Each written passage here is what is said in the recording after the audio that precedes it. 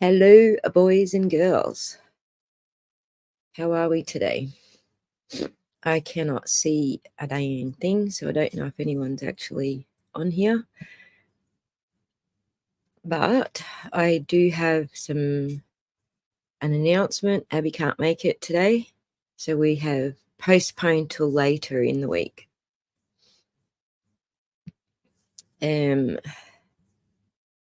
So yeah, I'm not sure what I should talk about, but maybe the chat would like to give me some topics to talk about since we've got a live, we've got it booked, you're here.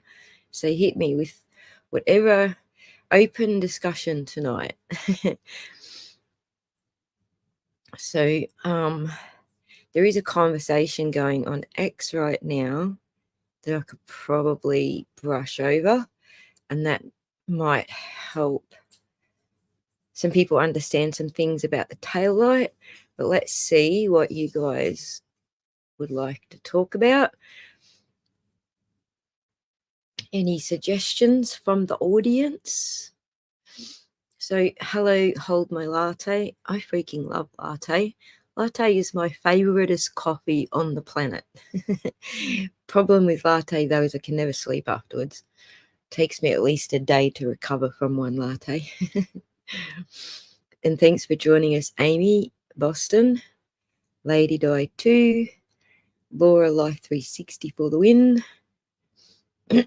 Awesome. So hit me with some suggestions to talk about tonight. I'm sure that there's some interesting ones. Oh, also, I've been speaking with a couple of nurses. So one specifically reached out to me yesterday, wanted to talk about lividity and the different stages of lividity. And so we are currently involved in a very, very deep conversation about lividity, the stages of lividity, and also how the cold affects lividity. So that's been eye-openingly educational for me to learn the medical side of all of that. So that will be our next untold story about the state of lividity or lack thereof when John was found. And then let me have a look here. So on X, there's I'm not sure if the person wants me to shout them out or not, but it was a public post. So let me just dig it up for you.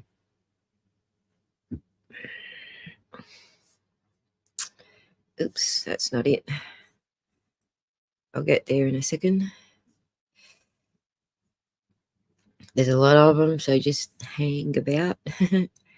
Okay, so Alyssa M is looking at one of the tail light pieces. Let me see if I can get that on the screen for you. And she's a little confused about what she's looking at. And I kind of understand what we're looking at only because I had to replace my front end light assemblies on my car. I got an older car, but it is a Toyota. So let me see if I can get this up on the screen for you. There we go. So Alyssa's a little confused about what she's looking at here. So this clear part of the plastic here, she's not understanding what she's looking at with that part. And there's also a small amount like on this edge here as well. And this has confused her. So it helps to know that these are a whole assembly. Like you can't buy just the clear plastic part of that light assembly. You actually have to buy the whole thing. And it might even help if I pull one of these up. Perth. Why are you looking from Perth? I'm glad it's a nice day in Perth. It's actually shaping up to be a nice day here for a change too. So we've had a bit of rain here. Excuse me. Hang on. I got to have a clear throat session. Apologies. All right, so let me see if I can find y'all a picture of a tail light assembly. Oh my gosh, I've forgotten what date this car is. I think it's a 2021 Toyota Lexus. And it's a, if I remember, it's a 570, LX 570. And I want a tail light assembly. See how we go with that. Aha. There we are. So, which one is the best one? Well, that is it, but it's not a great photo. Let's try this one. Oh yeah, that's good actually, because it's showing us all 360. So let's switch over to that. Can you all see that?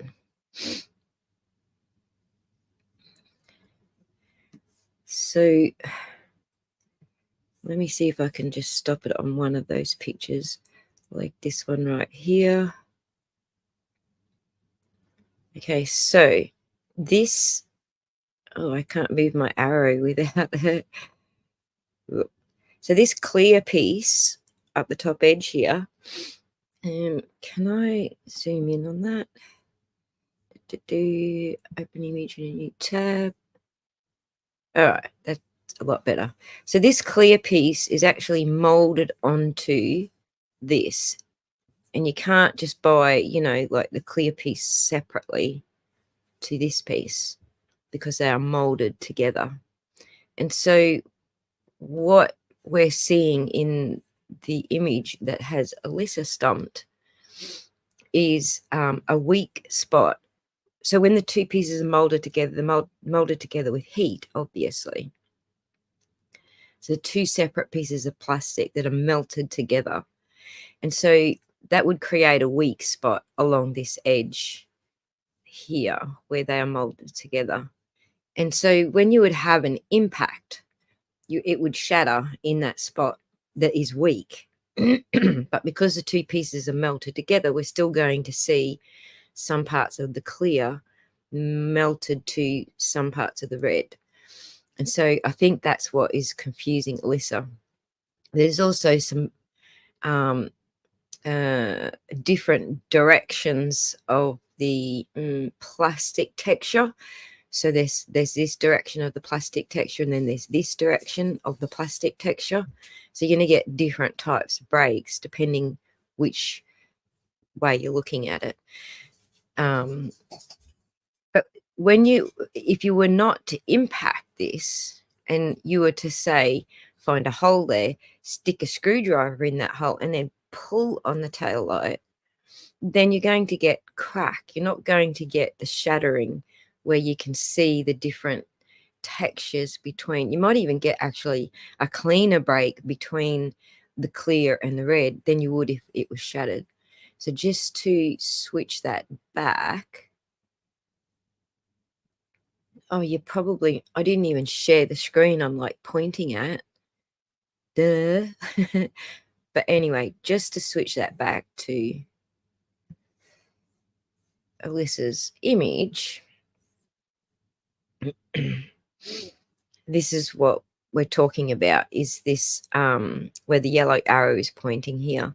So this break, let me get my mouse onto that. So this break here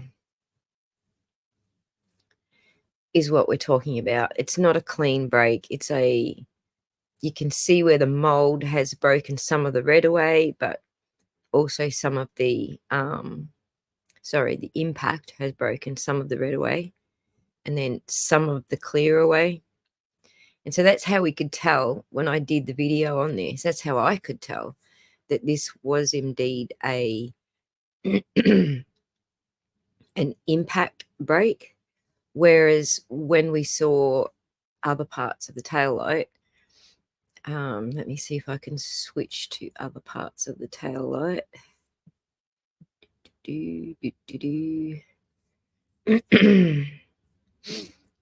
See the other parts of the tail light, they're all clean breaks. There's no impact going on with any of those breaks. They're all very clean edges. The only one that had that little bit of, I probably made it a little bit more obvious here so that we knew what we were looking at, but the only one that had the appearance of impact was this one piece here. Part of it is, I think this top part of it is the piece that Alyssa is looking at. So hopefully that answers Alyssa's question. The difference between the two is one is an impact, and it's showing us the weak joint between the two plastic pieces molded together, and the rest are not impact. The rest were just simply pulled apart. Like, I suspect they stuck a screwdriver in the original hole that was created by impacting with John's car, and then they just pulled on the screwdriver and cracked the rest out like that. It's after midnight, Indie Girl. Well, I don't even know what time it is in America right now. I thought it was 7 p.m. in America. I don't know. There's probably 100 other lives going too. I didn't check anything. I just was trying to work around Abby and her schedule, and failed at that. The funny thing is, I think Abby was not organized because I messed her up to start with. 4:15 for peppermint. 4:15 is where peppermint. Makes sense with the scratch under, exactly, DD. The scratch underneath on the silver part, you could actually see that there was an object was used inside of that, and it scratched the, and thank you to Sean McDonough for pointing that out to us, because he noticed that straight up. So yeah, that's to answer Melissa's question. And if she does, I told her to pop in to if she's got any questions. So I don't know if she's awake or got my message or whatever, but if she does pop in and has any more questions, then we'll come back to that and answer some more of her questions. So hang on, let me see if she actually did answer.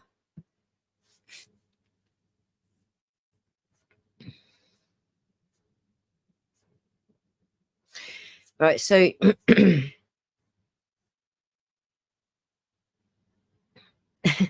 all right, I can stop sharing that. Stop showing my private messages to everyone. So what happened with Abby was we were both booked in for Sunday, and then we talked about how the algorithm is processing stuff on my channel because that's her thing, you know. The video Jesus gods were speaking to her, and so we rearranged it for today. And then in the meantime, I thought I'd double booked, so I said to Abby, holy Hannah, I've messed it up. I've got to be up north. I've got to hit the road and drive up north. So we jiggled it all around again.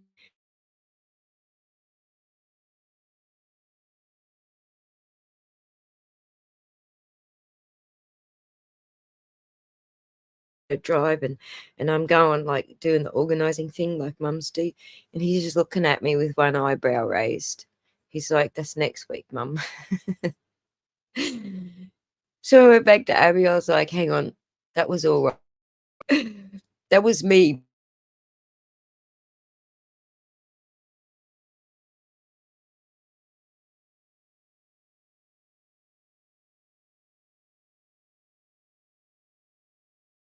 I don't know why, but when I set my phone, I give myself 3 alarms.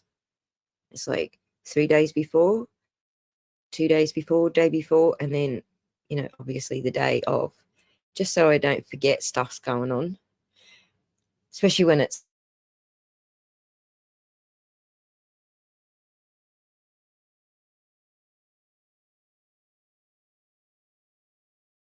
alarm. So my phone went off and said, yeah, you're going up north tomorrow. You hit the road tomorrow. And it was like, no, that's not till next week. Anyway, for those of you who joined the last live with Nurse Kim and Shorty, we actually talk about this time blindness thing and why I have to set multiple alarms and even somehow mess that up. So let me just say hi to who haven't I said hello to yet? I'll have to start again. Hi, Indie Girl, Dee Dee, Peppermint, Shards of Swords, hey, and Gitmo, hello, Glen Lake. Thank you for joining us, everybody. Moxie Sue. Moxie Sue. What else am I missing? From Tennessee, good morning, afternoon, evening, good night, whatever it is over there. Hi, Mum for Life. Hi, Sharon. Right, so that's how we got messed up on our schedule and don't have Abby on the live stream. That is hopefully Alyssa's question answered now with the tail-light query she still got. Has the chat thought of anything they would like me to discuss tonight? Yeah, thanks, Dee. I saw that you commented and and realized that that's why you're here. Oh my goodness.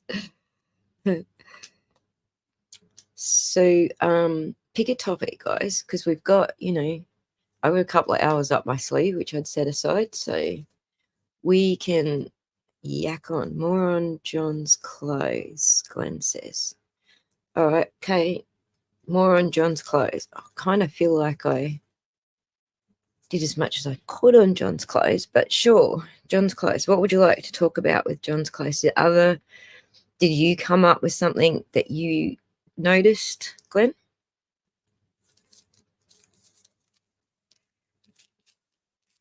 So for those who haven't watched the video yet, I uploaded it last night before I went to bed. So what was that? During your evening, I guess you guys were in bed when I did that. Yeah, I think you guys would have been probably in bed by the time I uploaded it. Holy henna, it's already got 2,500 views. So there you go. And a lot of comments I haven't caught up with. So there could be actually, some comments here we could discuss.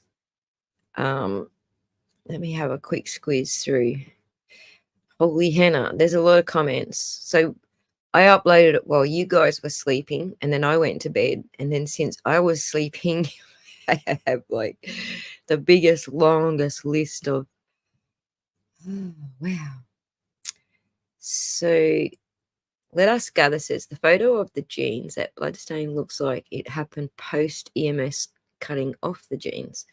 Well, I would disagree with that because there are some spots that could look like that, but the one on the hem, no, that's blood pooling.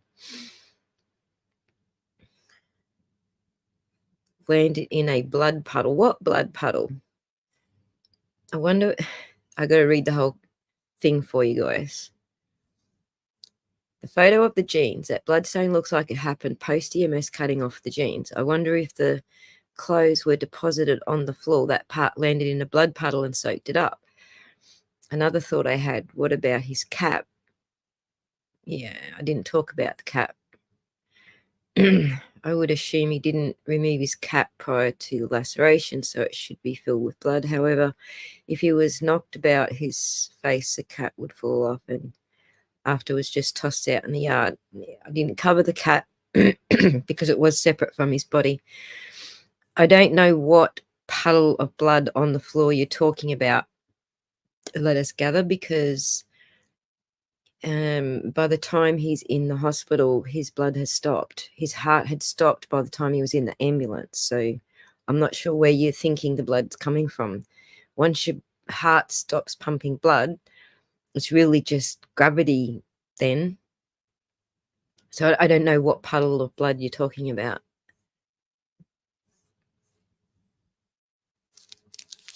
Let me come back to the comments here. What do you think will happen now with the whole law enforcement department? I have no idea, Sharon. Like, we would just have a completely different way of dealing with things over excuse me, over here in Australia. And I can't even say that it's better. I think it's actually, I think we have less oversight than you guys do. And I think the oversight, they're all like interconnected at the top. So I can't say what will happen or could happen or how it should work, because I don't really know how that works over there. That's why I have other people from America come on to the show and talk about some of that stuff, just so that I can get a feel for the differences between our systems. So there's Chloe's hair all over John's socks. I don't know. I have no idea. I don't even know what to say about Chloe's hairs. I get where you're coming from. If he walked into the house and got one shoe off at least, it's what it seems like to me. He's gone inside the foyer and gotten one shoe off before he's been attacked. I don't know. Was that enough to get hair all over his socks? I don't know. And then dragged down into the basement. Well, if he has one shoe on and one shoe off and he's dragged down to the basement, then possibly, I guess, he'd probably pick up more hair. That's where they kept the dog, right? So, Miss Mandy, I'd love to have you on my boss's channel to explain the Karen Reid case to him. He knows nothing about it. Look, I don't need money to do that, Mandy. I'll be quite happy to come and talk about the Karen Reid case on your boss's channel. Yeah, it's hard to put a link in there, but if you give me the name of the channel, I can look it up and I'll try and reach out to him. Sure, I can do that, Mandy, for sure. All right. Where are we?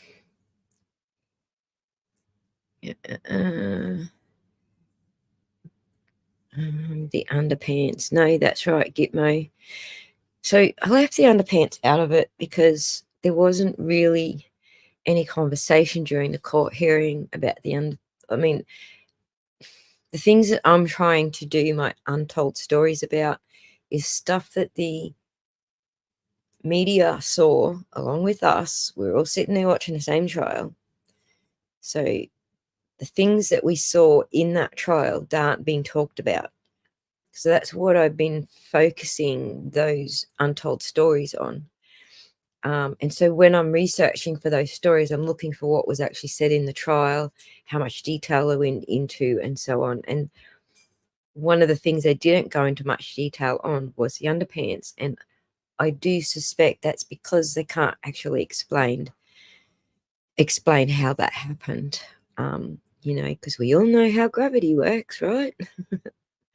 If someone's laying flat on the back and they got a concussion, how did they vomit in their underpants?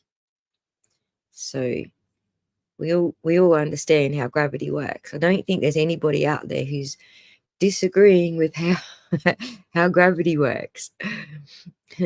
Thank you so much, Glenn, for the shower of memberships. You do it every show, and I truly do appreciate it. I'm sure the people who are receiving the memberships truly do appreciate it. Glenn is, I now think, one of my biggest fans. So thank you, Glenn.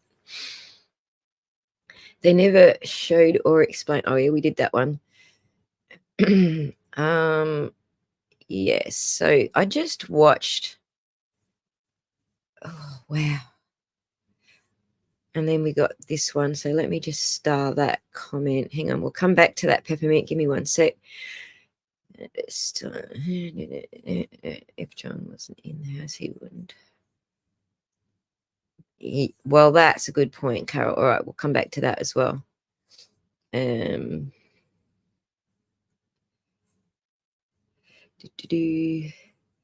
Okay, so I've got some starred comments that we can talk about as we go. All right. Peppermint, the trooper trainee, he was, yes. So I watched Melanie, as soon as I woke up this morning, that was the first thing I did. I watched Melanie Little covering the press conference, and what a disappointment that was. I mean, we were waiting for an update, and what did we get? We got like a eulogy and don't talk to the family. You've got nothing to say, have you? Not good. I mean, I'm pretty sure the cousin or whoever it was, maybe the brother, pretty sure he said, yeah, the family would like me to speak on their behalf, and then the DA turned around and said, yeah, no, but that they want to be left alone. I was like, yeah, I don't think they want to be left alone. I think they actually have a lot to say, and they want to hear stuff from you guys that you're not saying. So,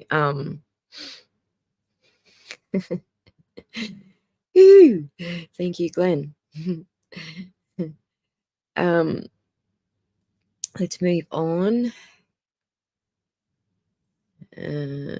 Next one was any updates about the appeal Regis filed? No, Mum for Life, no updates yet.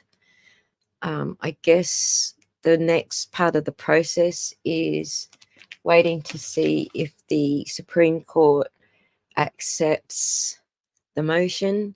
So I think it goes like they submit it, the Supreme Court looks at it and says, okay, we can have a hearing on this. So that's what we're waiting on now, for them to say that. Or no, not enough, whatever the Supreme Court needs, rejected.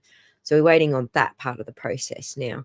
But if the Supreme Court accepts it, then we'll go on to the Supreme Court hearing the arguments. So right now we're waiting to see whether the Supreme Court accepts or rejects that filing. And then Carol M asks, if John wasn't in the house, he wouldn't have Chloe's hair on his socks. And that is an extremely valid point, Carol. And so I understand now why people keep bringing up, Chloe's hair on the socks. I get it. It makes perfect sense. So it would be one way to verify that he was indeed in the house with those specific pair of socks. And so if you're listening, Boston Defender, or I don't know, Kelly Reid, hearing us, poke poke.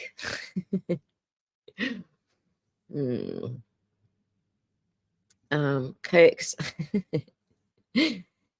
Kirk says, you don't understand gravity if you trooper Paul. Sorry, Aussie, I have to disagree with that statement. Perhaps 99.9% know about gravity, minus trooper Paul and lying Lally. Oh, that's funny. No, I haven't heard anything back from that, but I'm happy to have used my voice to comment on some things. Oh, on that topic, actually, Hills Bills, I reached out to Scott McGuinness. Now, you all know Scott McGuinness. You saw I've already done a show with him talking about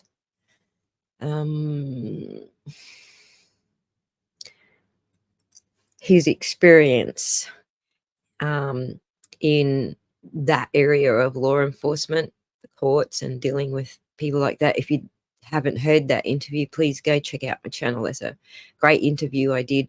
So I did one on a live, which was hours long, but I cut his interview out and uploaded it separately for people who just wanted to hear, that part. Makes it a little easier. I've only got an hour to listen to. But I did invite Scott back to discuss that topic that I have raised about the protesters being unfairly accused by the media and all the so-called victims. So yeah, that's on the cards.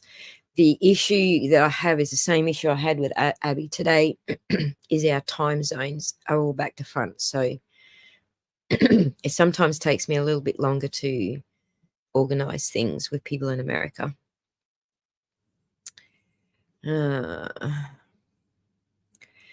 Yes, Peppermint, I think the family did want to speak and he's trying to shut them up. Hi, Sarita. Thank you for joining us. Hi, Susan. Thanks for joining us.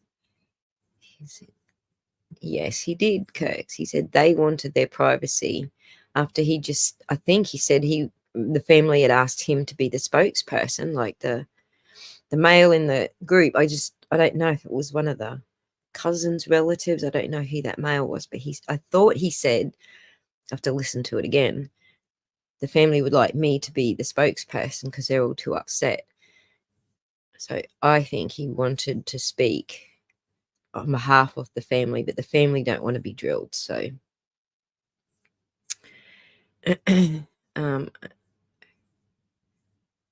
I'm sure of it too. I don't know if it was MSP. I think somebody who's got a cleaning bug did it before anybody even found John. Somebody spent the whole night sitting on the washing machine. Don't know who that might have been. Sorry, I got something in my throat again today. It's terrible. The socks in different pics are completely different. They change from grey to black. I did think, yeah, I did do a couple of posts on it, Cokes, on the community page. I haven't done a video on it because when I can't confirm something, when I can't show receipts, it's really just a community note for us to discuss, and maybe someone comes up with receipts for something that we can, legitimately point out. But I try not to just go with, rumors and innuendo and what so-and-so thinks. I don't know if you've noticed that, but I do like to try and have some receipts. Absolutely, Sharon. Supporters. Thank you. Thank you for that correction. I will try to remember to say supporters. The reason that I say protesters is because there's a distinct there's a delineation that the media wants to make. There's supporters of Karen Reid. Okay, that means that you are not supporters of justice for John. That's how they see it. I'm not saying it is, but that's how they're seeing it. So they call you FKRs and supporters of Karen Reid, then that's taking away your voice, because what you're doing is protesting. You're protesting your officials. What you're doing is very valid. You're protesting. To me, that speaks a lot louder to the activity that you're engaged in than simply supporting Karen Reid.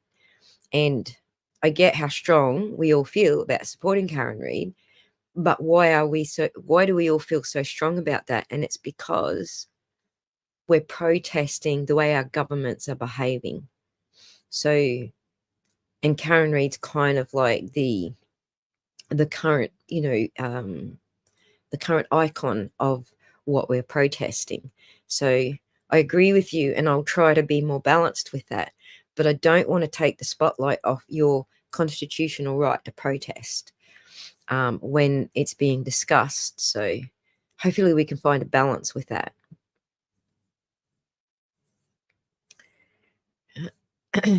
Now, I've got a few more people in here, and I can't call you all out because I've forgotten where I'm up to. Hi, Grazer, I think that is. Where are we?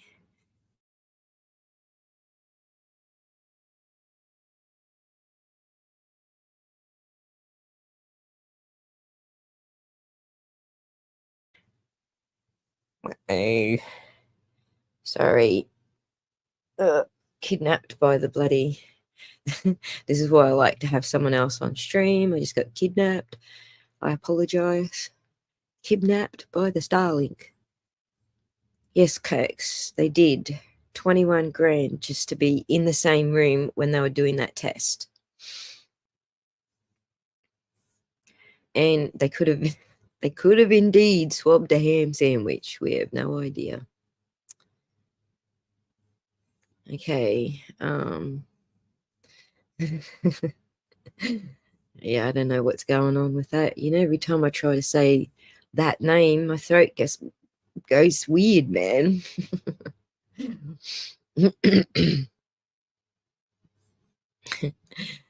um, no, I don't feel that protesting is negative. I think protest is your right.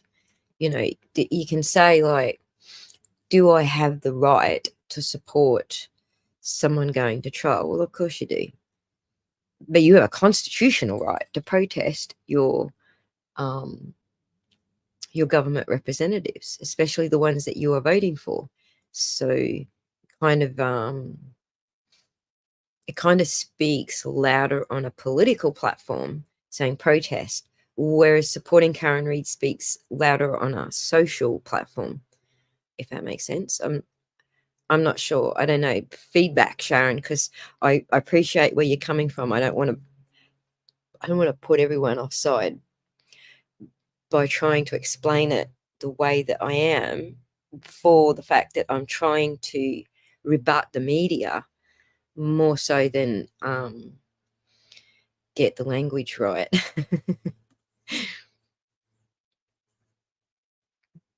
Well, there's a good compromise, Lisa. The protest supporters. That's a great compromise.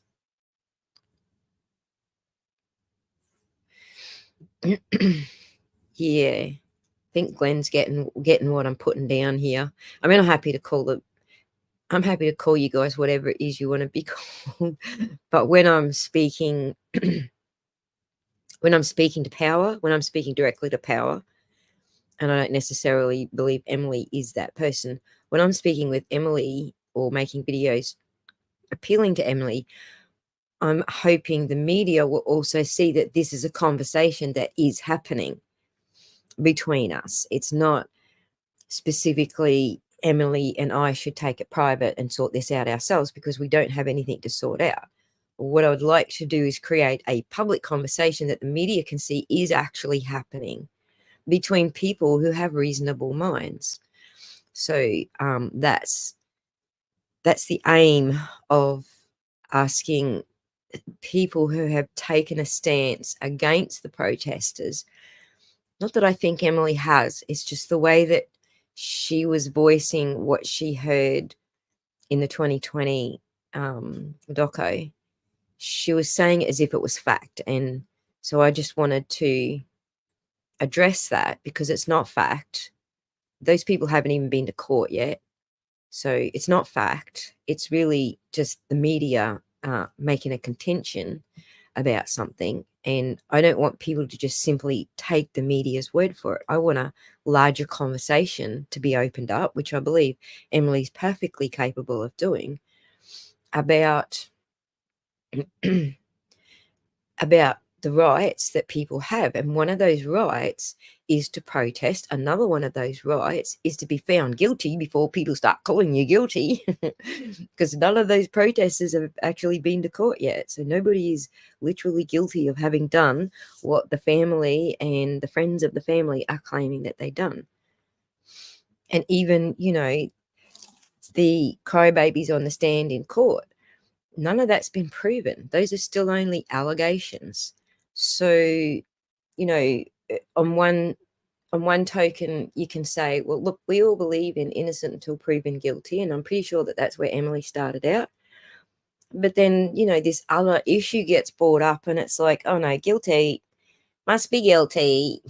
Do you get what I'm saying? Like,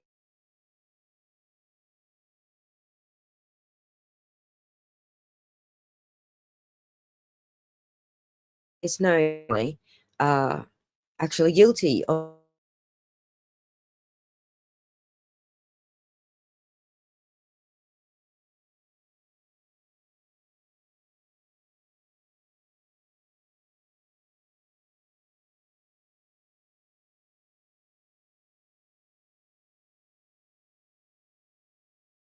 practice, that they manipulate others by being the perpetual victims.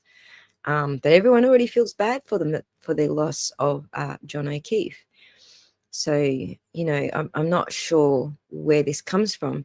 They clearly don't believe in innocent until proven guilty. They just want guilty, you know, that I'm pretty sure they're quite happy to just chuck her in jail, forget about the trial. And that's understandable, you know, they have their feelings. But unfortunately, we live in a society where people are not guilty just because you say so, or just because the media says so. And yes, I apologize for microphone loss. So for those who are new to my channel, I never was aiming to do live streams because I don't have great internet. Not having great internet means I have to run around in the paddock and adjust my satellite dish and chase the satellites. And even some days the satellites are passing over in like groups, I guess, the Starlink satellites. And so some days there's a gap in between, and I'm sorry, you're just going to have to handle it, or I don't go live. That's the choice. Originally, I wasn't doing any lives, and then people just said, yeah, we can handle it. So that's the microphone loss situation.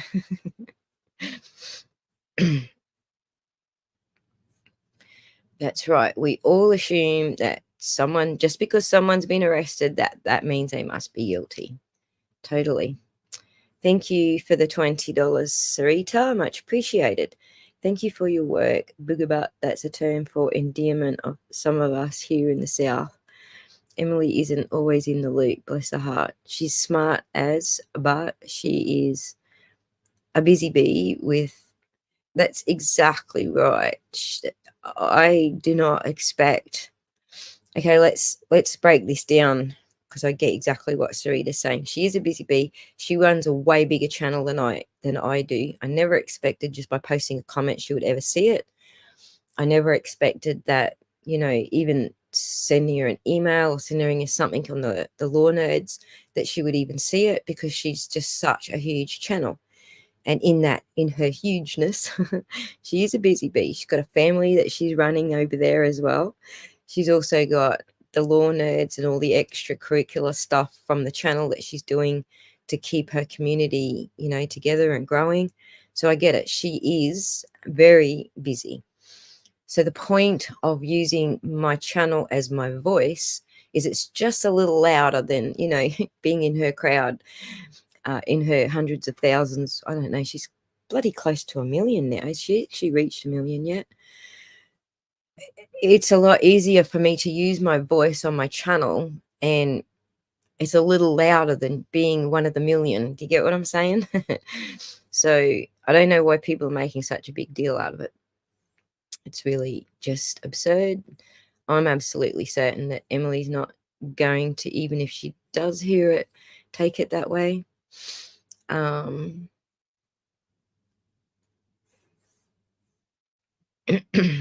The problem is having influences. People should not be influenced into having an opinion simply to pacify the person and agreeing with their opinion. That's what's wrong. Exactly. I totally agree, Cokes.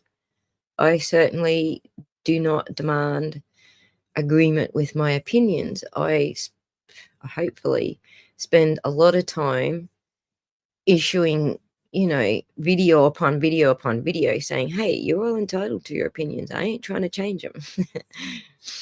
So and on that note, you know, I've also got a lot of people writing my ass right now about the whole Delphi trial. I haven't actually said anything about the Delphi trial. I haven't said whether I think he's guilty, or I think he's innocent, or I think he's getting the raw end of the deal. I haven't said anything. All I have said is, show me a case. Oh my God, that's what we can do today. Let me show you all a case. You want to see a case? You want to see the Delphi case? Group thought is the agenda of the elite, of the people who run the show. Exactly. Yes, Kirks. I know. I think we do in Australia too. Like everyone's asking me, do you have Facebook? You know what? I gave up Facebook because I am getting punished this year for thought crimes I committed in 2017, apparently. So I was very outspoken on Facebook about Julian Assange. And so I had a lot of memes and a lot of stuff that I was saying about Julian Assange. And so this year, I guess because he's been released, someone's butt hurt, and I'm getting punished today for thought crimes I committed back in 2017. So it's even retroactive, Kirks. It's crazy. Anyway, so oh my god, see, that's bloody awesome. You can stay married and still have different politics and agree to disagree. Woo, well done, Lisa. I'm pretty sure at least half my family's lefties and at least half of them are righties. So, I respect both.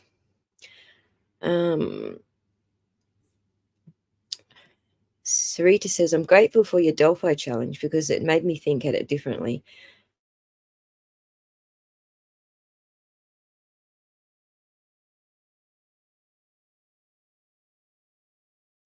I didn't want to poo-poo it. I just wanted to see, as I said just a few moments ago, when I'm talking about or making videos about things, I need receipts. I need something to put behind it. I can't just go, wow, this is what it looks like, and start talking about rumors and stuff. Like, I'm sure there's plenty of channels that do that. I don't want to be that channel.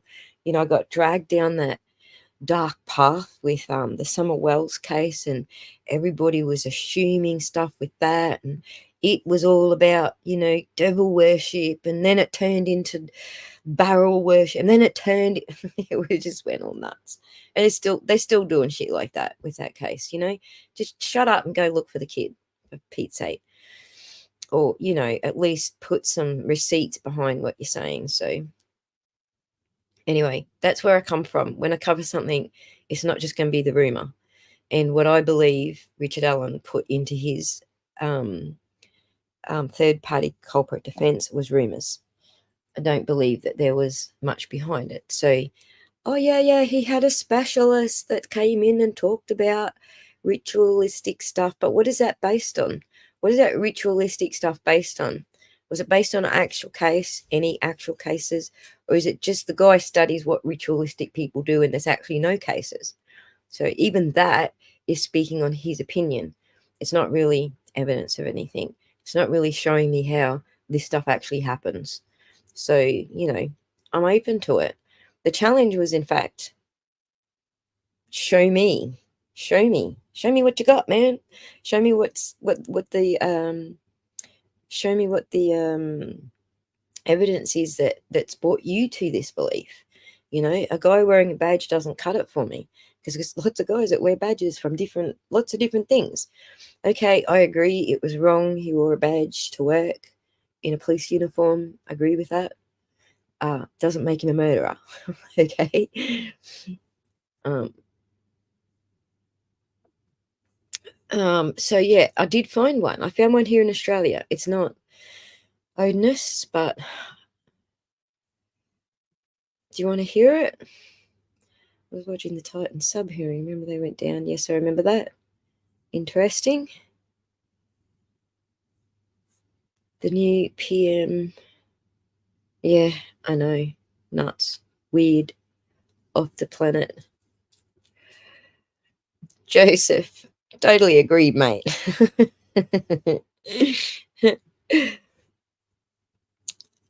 Yes, Julian Assange is free now. Woo! So yeah, I did. Okay, so let me remember what the cult was.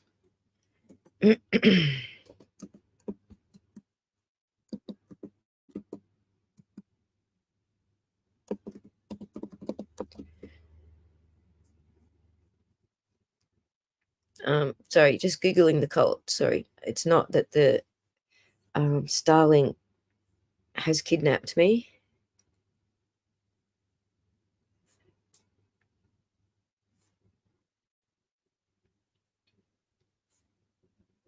Oh my God, I can't find I should have had tabs open if I was going to talk about this, right? The NOA cult. And hang on, maybe I need to put some dots in there. Or is it NAO? Might be NAO cult.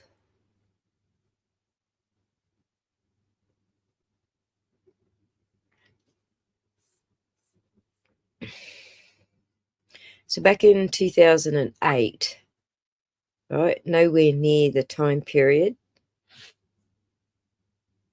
of the Delphi murders. So back in 2008, there was a cult called the something. What was the N for? I don't know why my memory's like gone poopy, but it's because I'm on a live stream. There's always one word I can't remember when I'm on a live, right? NOA, the something angles order. I cannot remember what the N stand for. The something angles order. Anyway, we won't keep tripping over it. It'll come to me eventually. So what happened was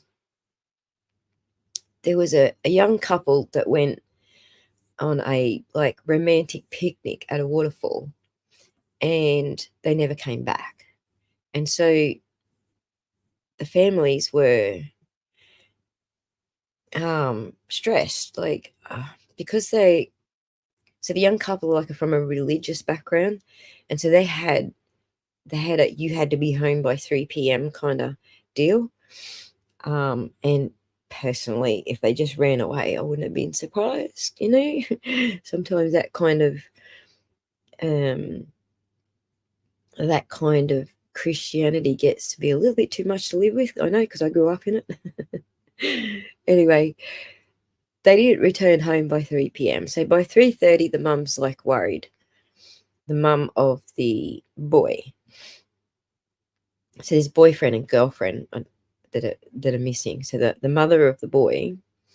Also, I probably should mention their age difference. So the boy is 23 and the girl is 17. She's not quite 18.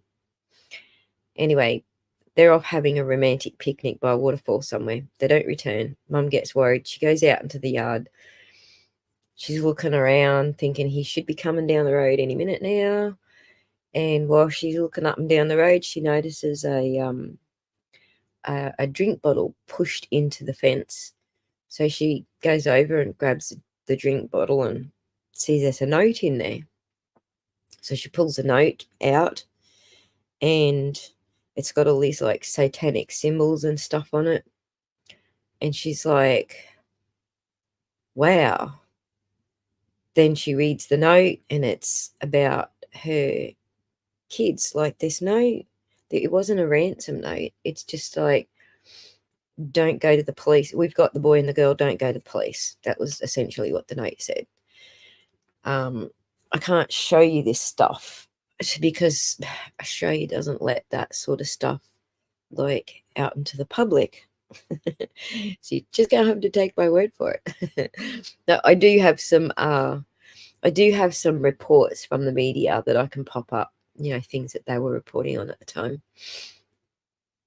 Anyway, so apparently the girl's parents had received a similar note, but before they went missing.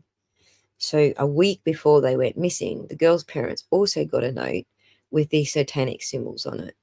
And they didn't really take much notice of it because at that point, no one was missing. You know, if it said the same thing, hey, we got your boy and your girl, don't go to the police.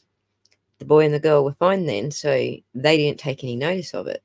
They just thought it was a hoax, someone playing tricks on them, ignored it. But when the boy and the girl actually did go missing, and then the mother found the note in her fence, that while she was standing there at 3:30 waiting for them to come home, that's what sort of raised the alarm. And so from this point, the police start researching this NOA cult. Or is it NAO cult? NAO cult, I think it is. I'm gonna do the dyslexic thing on you and get it all back to front. And so this is kind of where it all started. Were these cults in Australia? Where is this cult from? Where did it originate from? What is it about? Blah blah blah. And so some people have been able to pin it down. So some people telling this tale will tell you that this cult it comes from America. It's all a white supremacist cult from America, blah blah blah. I can't find anything about them online, which is why even just right now I try to Google so I can remember the goddamn name for you. Nothing's coming up because I don't even think this cult exists. So this is the moral to the story. Everyone was up in arms about this cult taking these two kids. This cult actually does exist. This cult was up to stuff. They actually do these satanic human sacrifices, but there's nothing out there that supports it. Absolutely nothing. Not in America, not in any country.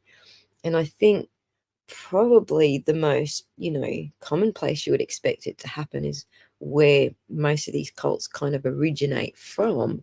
They're like Nordic ancestry. If at all this stuff was ever happening, you'd want to see it happening from, those roots first, but nothing.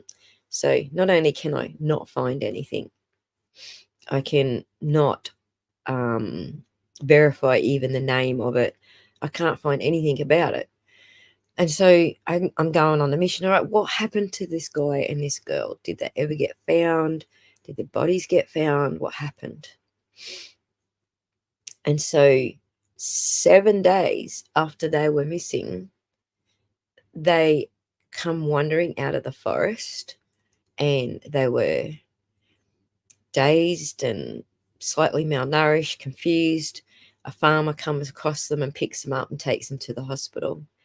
And then the police go to the hospital. So over that 7 days is when the satanic panic set in. Everyone was absolutely certain because of these notes that there was definitely a Satanist cult behind it, and there was definitely human sacrifice happening. It was only a matter of time before their bodies turned up.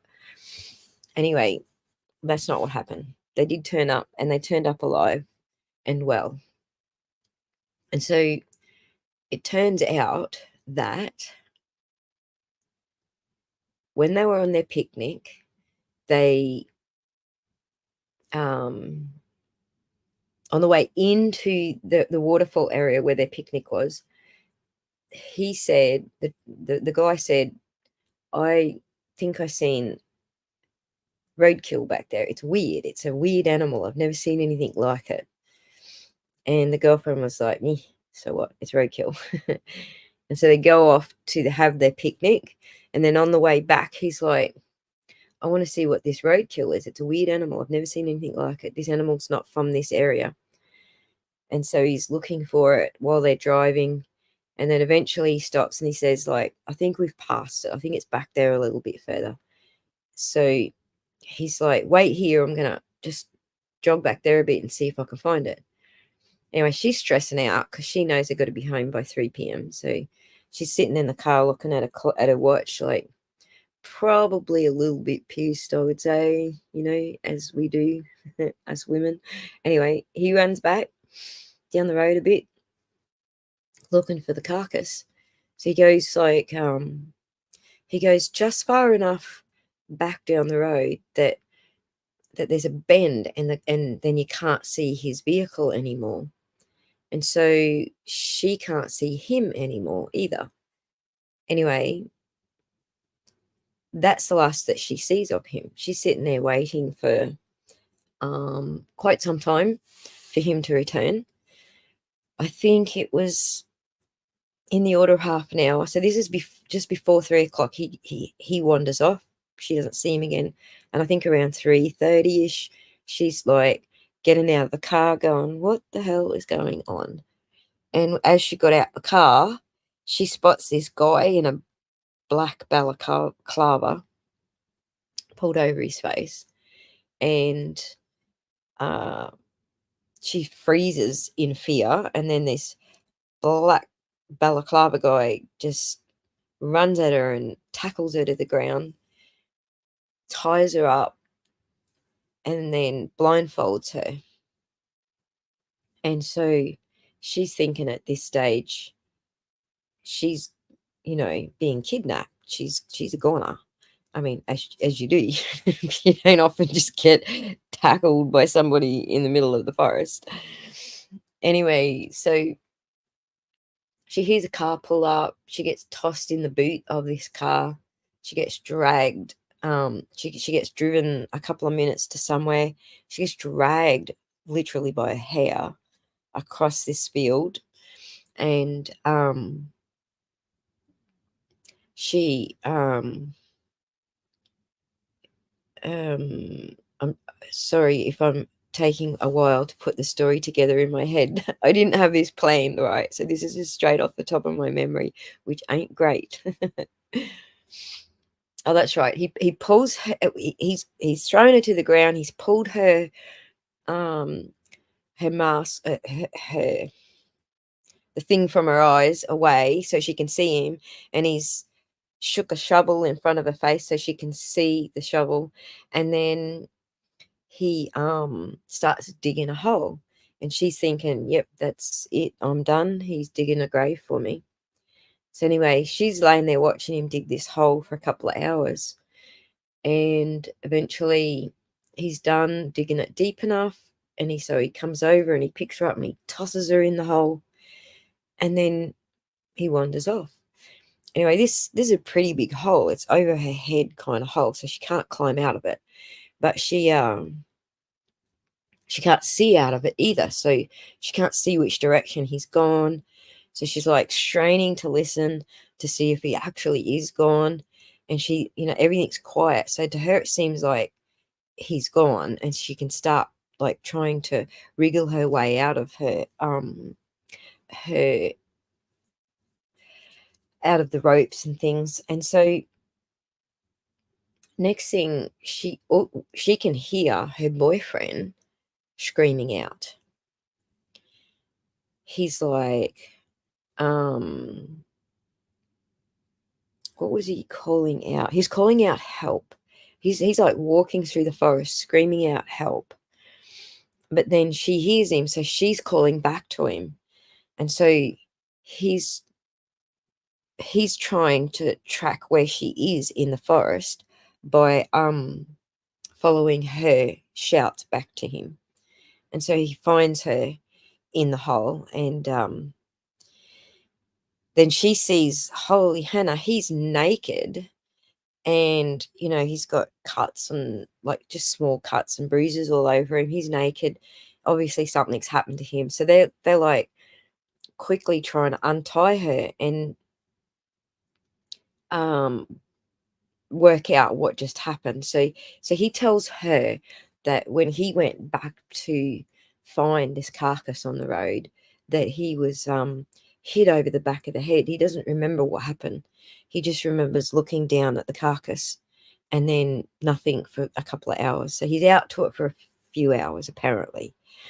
And he wakes up in the middle of this forest tied to a tree. And he's absolutely not entirely sure what happened. But so the incident, Karen, I think Carol asked too just before, this is in Gippsland in near Melbourne, down near where Shoddy lives. So this is down Melbourne way, in the mountains north of Melbourne. So he wakes up, he comes to from unconsciousness, tied to a tree. This is what he's telling the girlfriend. And then he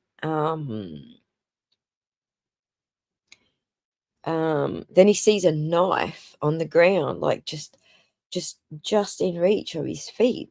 And he's like, this is really weird. that he would be tied to a tree and then left a knife, like, right there. Anyway, so he eventually struggles over and he gets the knife and he cuts himself free and then, dashes off into the forest. And then at some point he thinks he's far enough away from, this area where he thinks his captor might be. They start yelling for help, and that's when his girlfriend hears him. So where he's caught the girlfriend up on what happened to him. So of course then she fills him in on what happened to her. And at this point they're like, we just got to get the hell out of here, because whoever it is coming back. We know they're coming back to see if we're, dead yet. So they go to take off into the forest, and they see like a package beside a tree. And they're like, wow, what's that? So they go up and have a look at this package, and it turns out to be a sleeping bag. And then the sleeping bag is like the sleeping bag is like stuffed with, how you roll a sleeping bag up and put it in its bag. So it's like stuffed with food and some supplies. So they got a sleeping bag and some supplies. They're like, whew, that's a savior. So they grab that stuff and they take off. And so they're wandering around. They don't know where they're going. They have no direction, no sense of direction. They're just wandering around trying to find their way out of this forest. And eventually they come to like this clearing, and they realize that it's the same clearing that they just ran from a couple of days before. So they've kind of done like a big circuit all the way back to where they came from. And there's the hole that they just pulled her out of a couple of days before. And so at this point, like, they're just really deflated. They're like, we are lost in this forest. We don't know how to find our way out.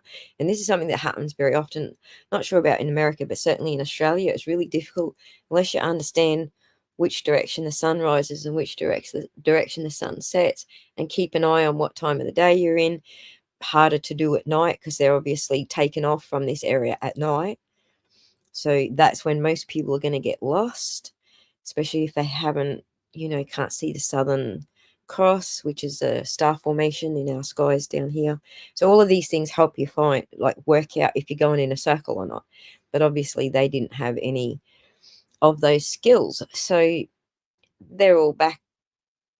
They're both back to where they started, where the hole they dug her out of, thinking, what now? What are we going to do now? So they're looking around and they see another knapsack that wasn't there the days before when they escaped from that area.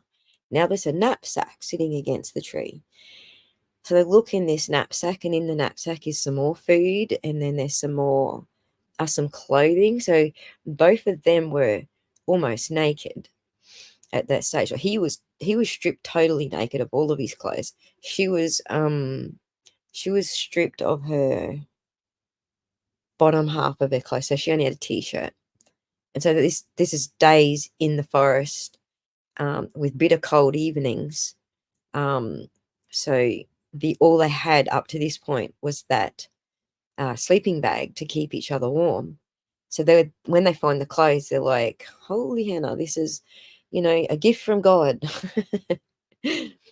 So for the next couple of days, they wander around, and oh, that's right, the knapsack had a map in it. So the map ended up showing them how to get out of the forest. And so, I would have just used the Southern Cross stars, and the sun and I don't know. Apparently they needed a map. So they finally find their way out of the forest. The farmer finds them, takes them to the hospital. So that's their story on what happens to them. And so the question now is, was this some sort of, Odinist kind of cult that took them? And what was the point of it? And I'm sure Shorty's heard of this story because it's from, it's like from her local area. So anyway, the police aren't buying this story that there's some sort of cult, sacrificing humans there, because there's just no evidence that this has ever happened anywhere in Australia. They just haven't had one of those things happening. So the police get the boy and the girl separate and decide they have to interview them and find out what actually happened. And it took absolutely no pressure whatsoever. Like, the guy folded. He was not even trying to, be tough. He folded, and he admitted that he had set the whole thing up and that there was no NAO cult. He'd made it all up. I don't even know where he got the NAO cult from, because like I just said, it absolutely doesn't exist. I'm not sure. I think he just made that up as well. And so he did this whole thing. You're never going to guess why he did this whole thing. He did have a reason. I'm going to say it was a good reason, and I'm going to say it's such a stupid reason that nobody's going to guess what his reason was. But he made this whole thing up because he thought he could get her to have the roo-roo before marriage. Thank you, Lisa. ONA. I had it all freaking wrong all the way. Order of the Nine Angels. Thank you. How dyslexic do I want to be today on a story? And do better, Shorty. Well, I haven't said any names, Shorty. If I'd have said the names, you'd have been, oh, yeah, I know that story. But purposely hadn't said any names because I didn't want it to, didn't want to do any spoilers on that. So, drop bears, of course. Thank you, Lisa. Order of the Nine Angels. So, anyway, there are no Order of the Nine Angels here in Australia. I don't know how anyone came up with that. Maybe he found it on the internet. I don't know. I couldn't really find anything on them, but it's highly likely that we're blocked in Australia from stuff. We get blocked a fair bit from stuff, don't we, Shorty? So, if you can tell us, Lisa, anything about the Order of the Nine Angels, that would be interesting. Like where he got this story from. So yeah, essentially he did all this stuff to his girlfriend because she was only 17 and she didn't want to have premarital relations with him. And so he thought that if he kidnapped her and roughed her up and dragged her by the hair, I mean, like, oh yeah, that's so romantic. And they were stuck in the forest by themselves for all that time with only one sleeping bag between them, that she would give in and she would have premarital relations with him.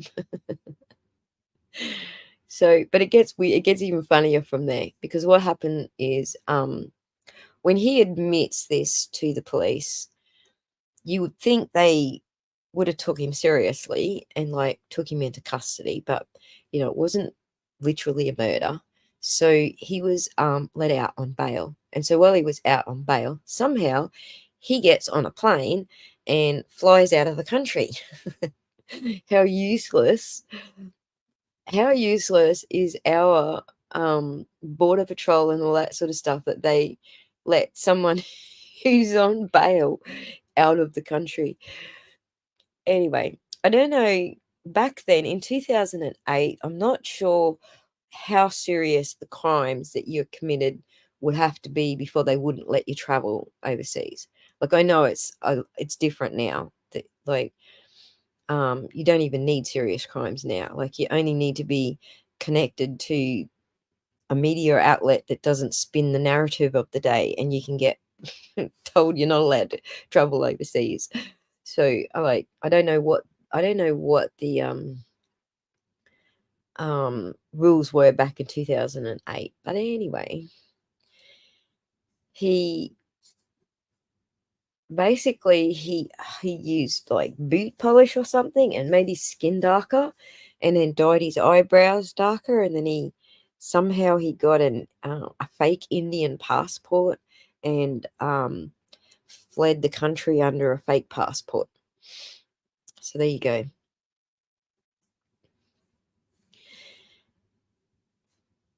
What happened was so there was no roadkill. Glen Lake. That's exactly right. He tricked her. He made it all up so that he could like stage this whole thing. So no roadkill, no Order of the Nine Angels. Um, um, I don't know if I can say some of this stuff aloud. Order of the Nine Angels is a militant satanic occultist and tea network that originated in the United Kingdom but has since branched out into other parts of the world, 1960s. Thank you for the research, Lisa. Appreciate that. I was really not going to manage the multitasking today. Yeah, but I had to get the right order of the acronym firstly, so I wasn't coming out with what I could remember. So dyslexic. So yeah, ONA. Anyway, thank you very much for looking it up and filling us in on where he found that. So Wikipedia 2008. I think it was actually 2008. He probably had access to Wikipedia, and he was he'd left uni too, so like she was still at uni, but he'd left uni, so he did have access to all of that stuff. Obviously no, Karen Karen Cole, no, obviously she didn't. So what happened was 3 years, I think it was, after he escaped from Australia, he was caught in Singapore. So it all happened in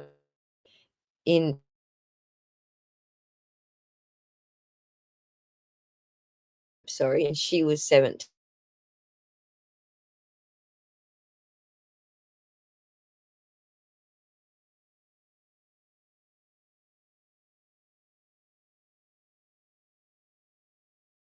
In 2011, and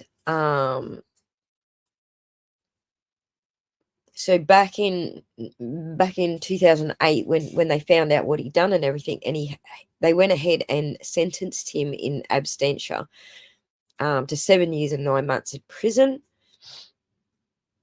So he'd already been sentenced to that, and then when they caught him and extradited him back to Australia, he ended up getting an extra 6 months for fleeing the country. So 2018 or 19, he was due to be released. So he's obviously not in Australia anymore. He wouldn't want to hang around because, as soon as people knew who he was, there was no way he was getting away with, just the backlash from the locals. Anyway. So anyway, that's my odinous story that I found here in Australia. But it didn't end up being, an odinous story. So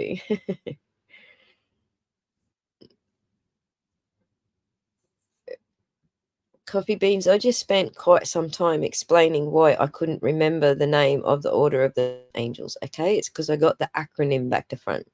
Type the acronym the other way and see what you come up with. Google. Come up with nothing because I had it wrong because I am dyslexic. And again, thank you to Lisa for finding it for me and getting the name right. Appreciate that. Anyway, there certainly wasn't any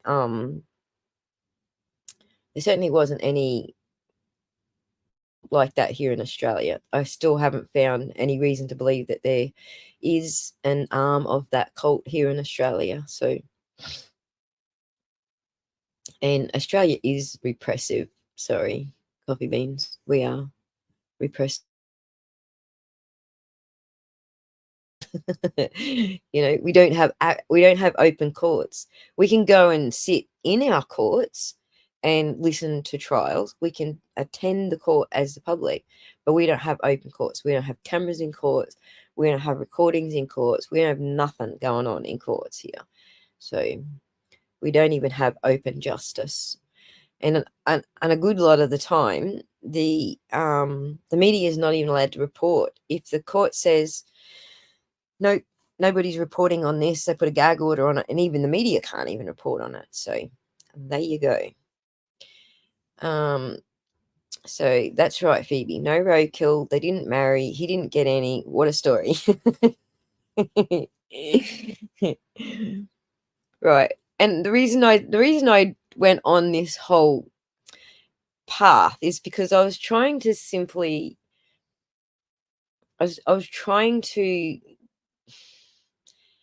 express that, I'm not closed-minded to what Richard Allen is trying to put out there. All right. I just need to see some evidence that this thing actually happened.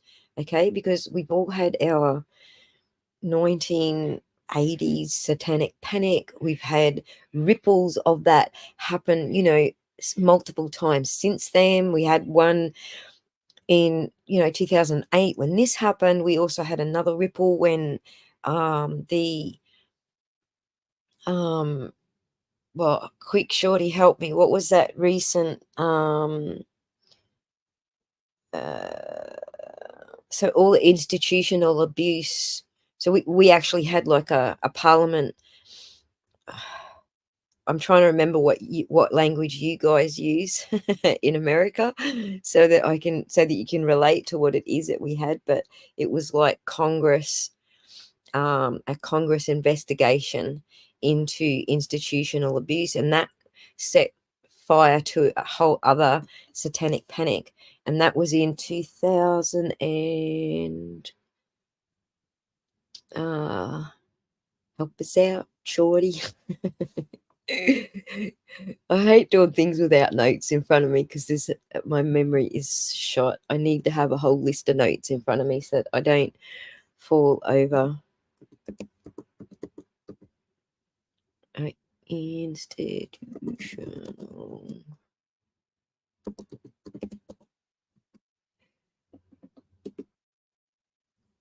Okay, so it was in 2014, I think. That's the first thing I'm getting. So, yep, there was another one, exactly, tax cut. And Amanda Knox was accused of it as well. And so basically, our parliament investigation into institutional abuse turned into a second coming of the bloody satanic order as well. There was just so much. And I'm absolutely sure, between Amanda Knox, as pointed out, Richard Ramirez tried to bring it up as well, and that other dude, Son of Sam, tried to kick off another one. And so, there's always people trying to kick one off, like kick off the satanic panic and make themselves seem like they're innocent, that some, Satanist had to do this. So, hang on.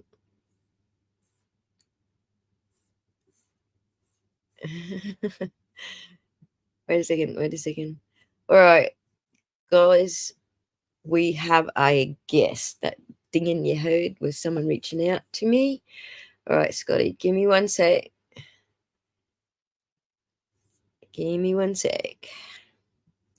Oh my God, I just shut the wrong window. God, I'm an idiot. Rewind. Scoot back over there. Here you go.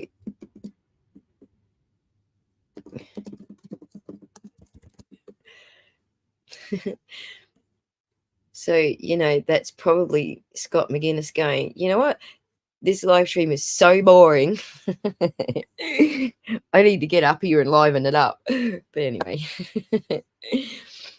it's just been difficult to line things up with people in America because we're on totally a totally different sleep period to you guys, sleep wake period. Anyway, come on down, Scotty.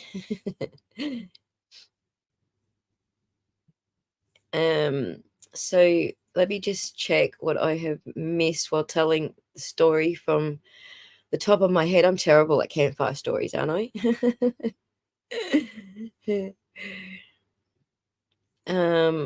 What did I miss while I was telling the story?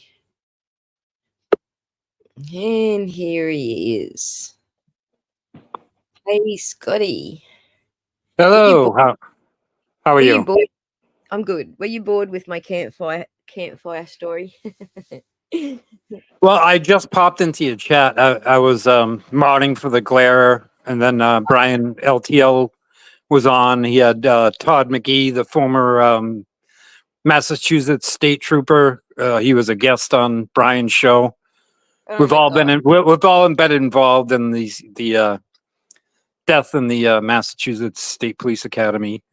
Absolutely. Enrique. Right. Those are streams I plan to catch up on. If you didn't know, it's still early morning here. Well, mid-morning here. So I have all of this to catch up on.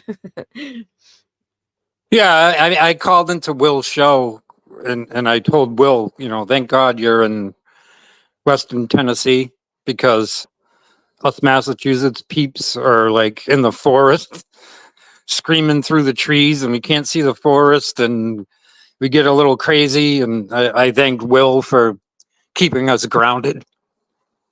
Mhm. Sorry, you caught me with a mouthful of coffee. That's awesome. I'm gonna go catch up on all of that and what I woke up to at like 8 o'clock this morning. I had a little sleep in. I woke up to Melanie. She went live with the so-called update press conference, which was really just like a eulogy and telling the family to shut up. Right. Well, I mean, Will went live earlier today and I missed that. So I watched the replay. And then he went live again at 6 p.m. Eastern, my time. And Did you his see? earlier show, he was showing Worcester County DA Joe Early's press conference when he brought out Enrique's family. And Right. I don't know if you saw it, but he was telling the public, like, listen, we as the Worcester County DA's office and our own little CPAC Mass State Police Detective Group, we're obviously conflicted in this investigation because the Massachusetts State Police Academy is in New Braintree, which is on the western borders of Worcester County, technically central Mass. Yeah. And he realizes his office is conflicted badly in this investigation. But who he brings in to investigate is what my question is, because above him is the Mass Attorney General's office under Andrea Campbell. And then above her is the Massachusetts State Governor Maura Healey. Mm-hmm. They're in a pickle here. I don't know what they do. Right. I don't know. I don't know what I was expecting for an update. We've got this body investigating where we've got video footage. We're getting there. We're working out what's happening. We've got the the ME report coming.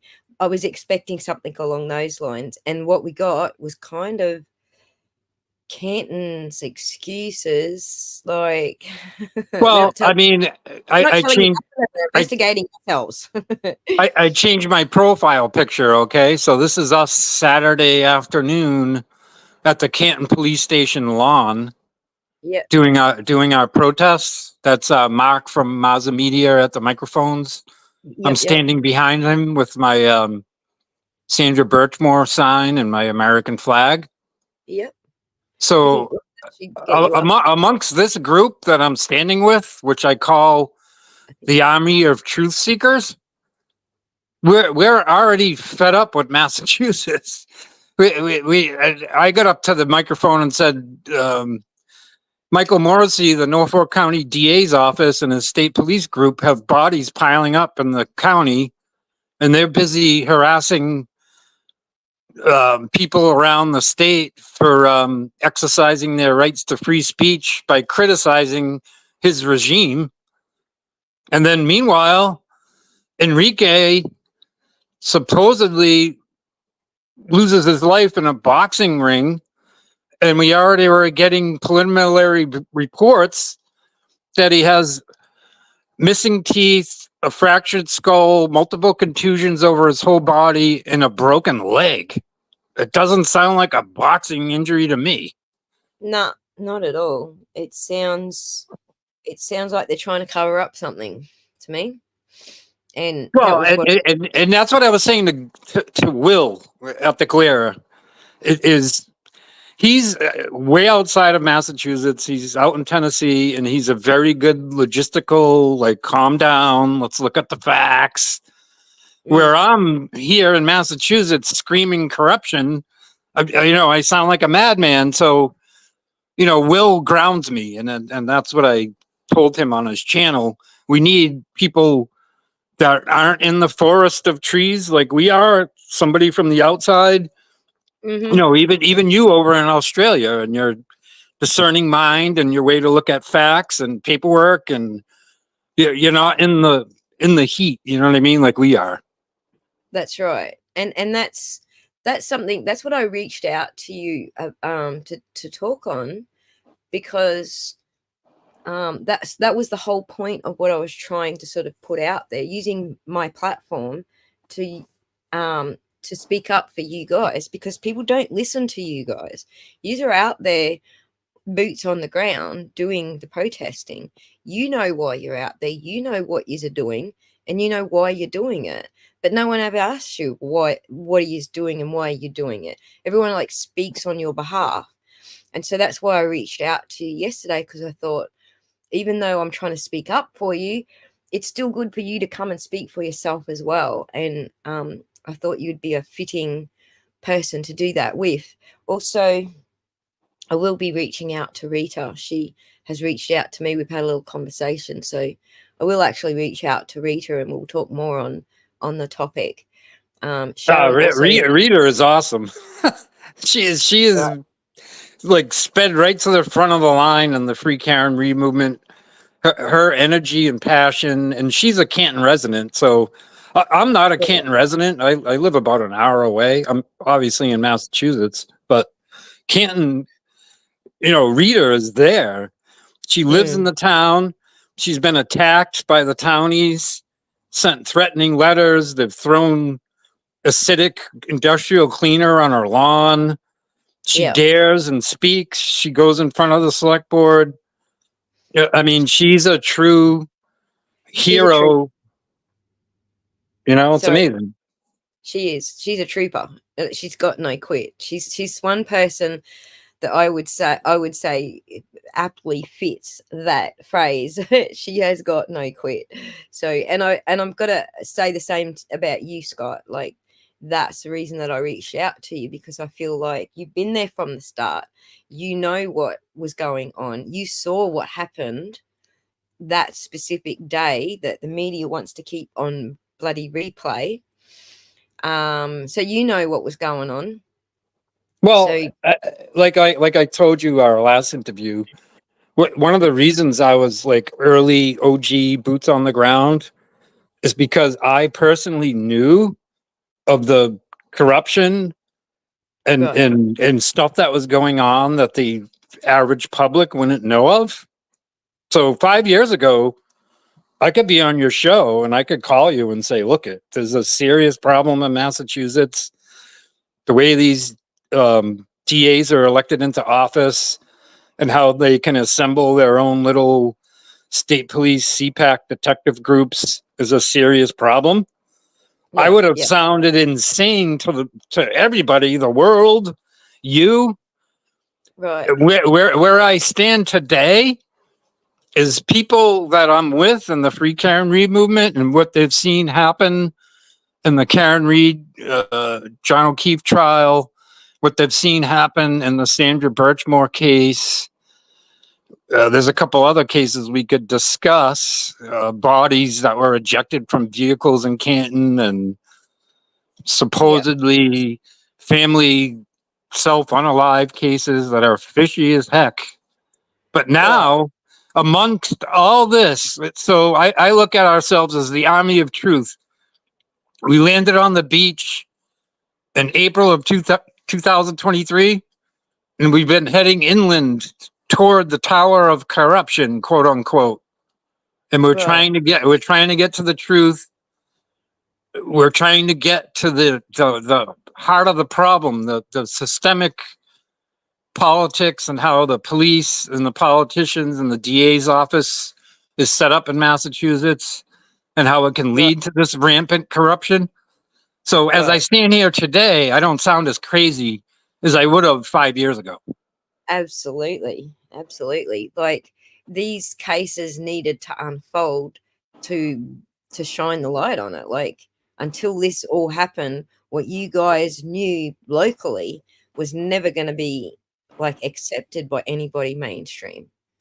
Well, what's so frustrating is the outside world, all they see is the mainstream media take on things. So like Court TV or all the Boston TV news stations, they're basically propaganda mouthpieces for the government that runs Massachusetts. So I literally cannot put on local news and watch it because my blood pressure goes through the roof. And I'm like, you people are lying. I'm not even I turn it off. I can't even watch it. So, but that's what outsiders see. They see the mainstream media take on things and their angles, and if they listen to somebody like me, I'm just some insane guy with a Sandra Birchmore sign at a podium telling everybody in the world that our government is corrupt, and I sound like a madman. No, you don't.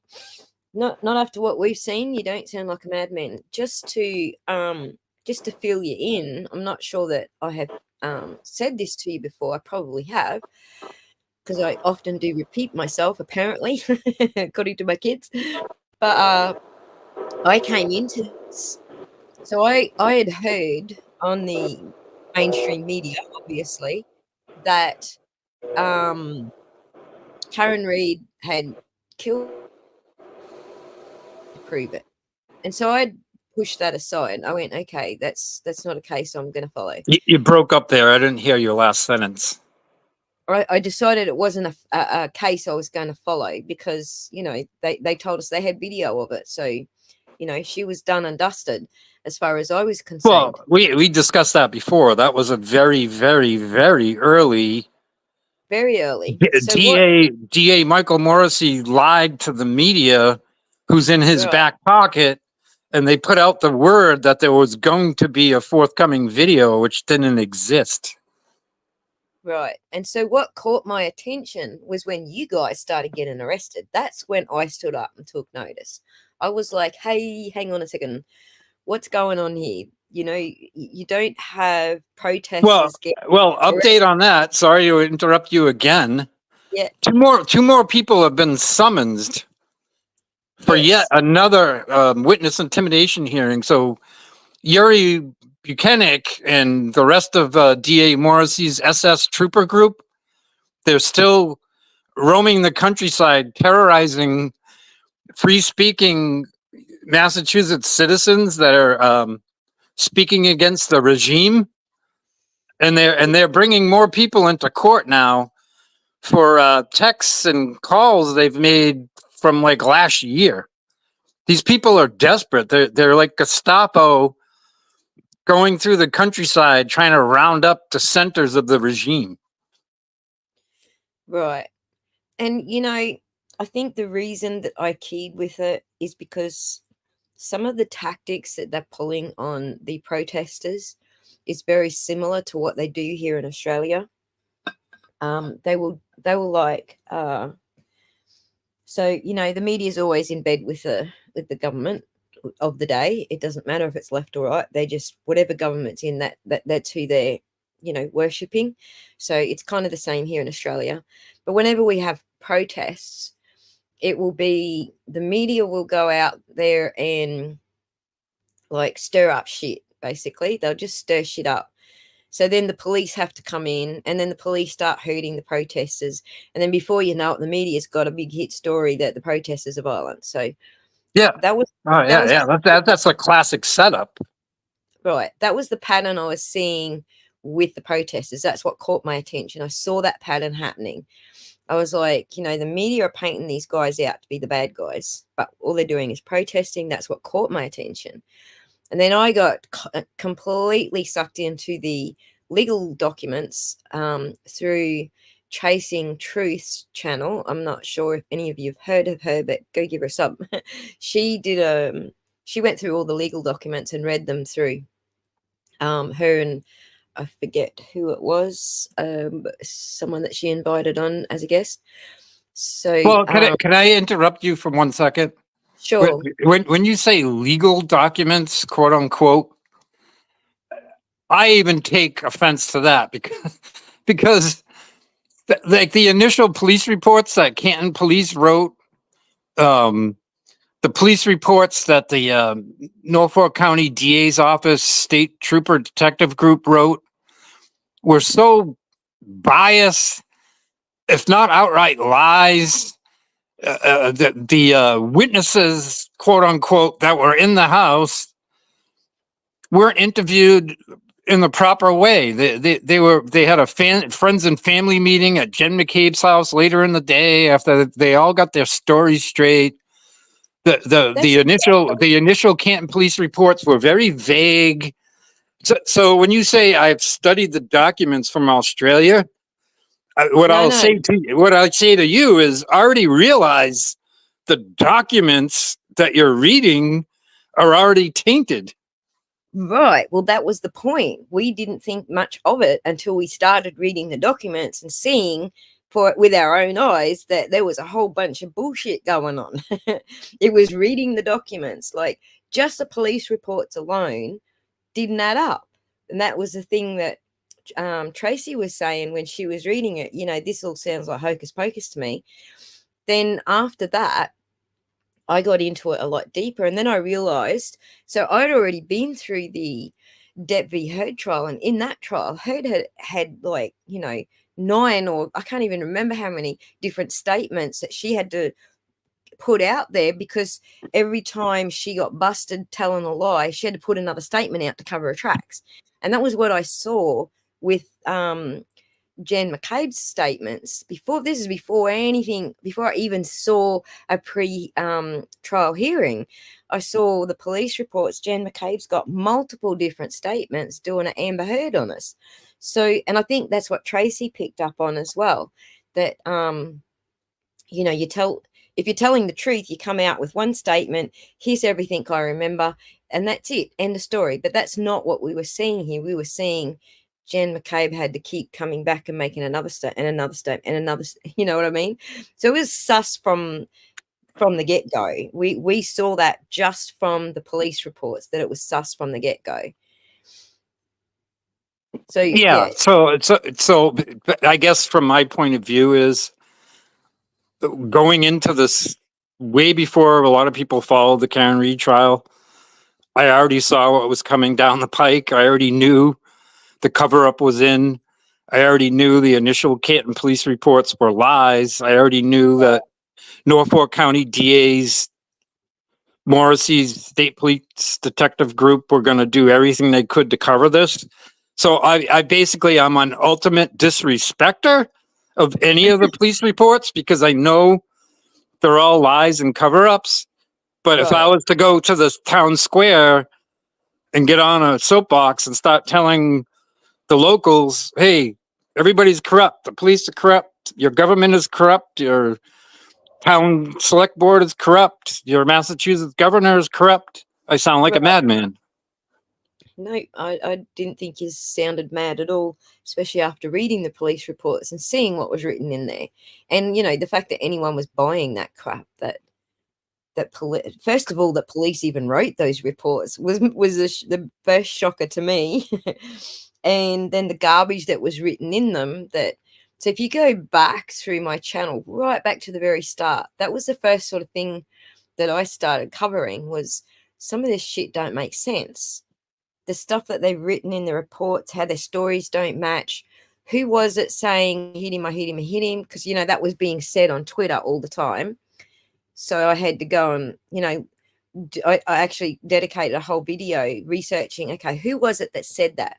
And all we found was Katie McLaughlin. No one else had said that at that point in the police reports. Well, even the original Canton police reports, or even the first EMTs that arrived on the scene, Karen Reed never said that. This was all made up after the fact. Right. Well, now that we've heard her say that she probably did ask, could I have hit him? I'm still going with, if you remove a question mark, you can certainly make that sound like a statement. And had it sounded like a statement to any decent cop that arrested her. So I'm going with, she must have asked a question. Nonetheless. No, I do believe, okay, so put yourself in Karen Reed's shoes, okay? She wakes up at 4 something in the morning.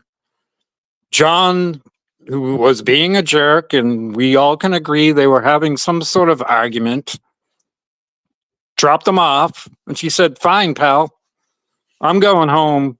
Find your way home.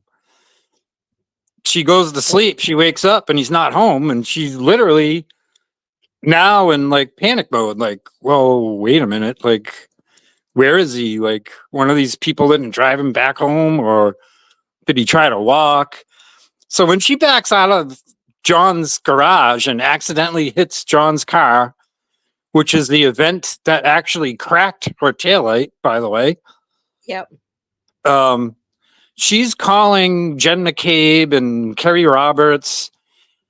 So she has no idea what she's about to get into. She doesn't realize these people are evil and that John was unalived in that house or near death, and they put him on the lawn, and she's already stepping into the trap. She's already been... Yeah, she's already been found at that point, and Jen didn't give her the address. She's ringing Jen for the address. Where did I drop John off last night? Because it was done in his Waze phone, so he didn't know the address. And Jen is lying to Karen, saying, "Oh, I called Brian Albert's house, and John's not there." So think about it. So if Karen Reed gets into Kerry Roberts' car, so it's her, Karen, and Jen McCabe driving around in Kerry Roberts' car. Karen is like, well, let's go to 34 Fairview. That's the most logical first step where to go. Right. But Jen McCabe wanted to keep Karen Reed in the back seat of Kerry Roberts' car and drive around town for like an hour. Right. They were wasting time. They went all the way back to John's place for no reason, because the niece was there. Hey, if they miss something, ring the freaking niece and say, have another look. But no, they drove all the way back to the niece's place. So I think it was like in the snow that morning, would have been at least 10 minutes. Like it says 6 minutes by Google Maps when it's not snowing. So you need to add time to that, because there's no way they were driving the speed limit or a non-snowing speed. We saw how slow the officers drove there.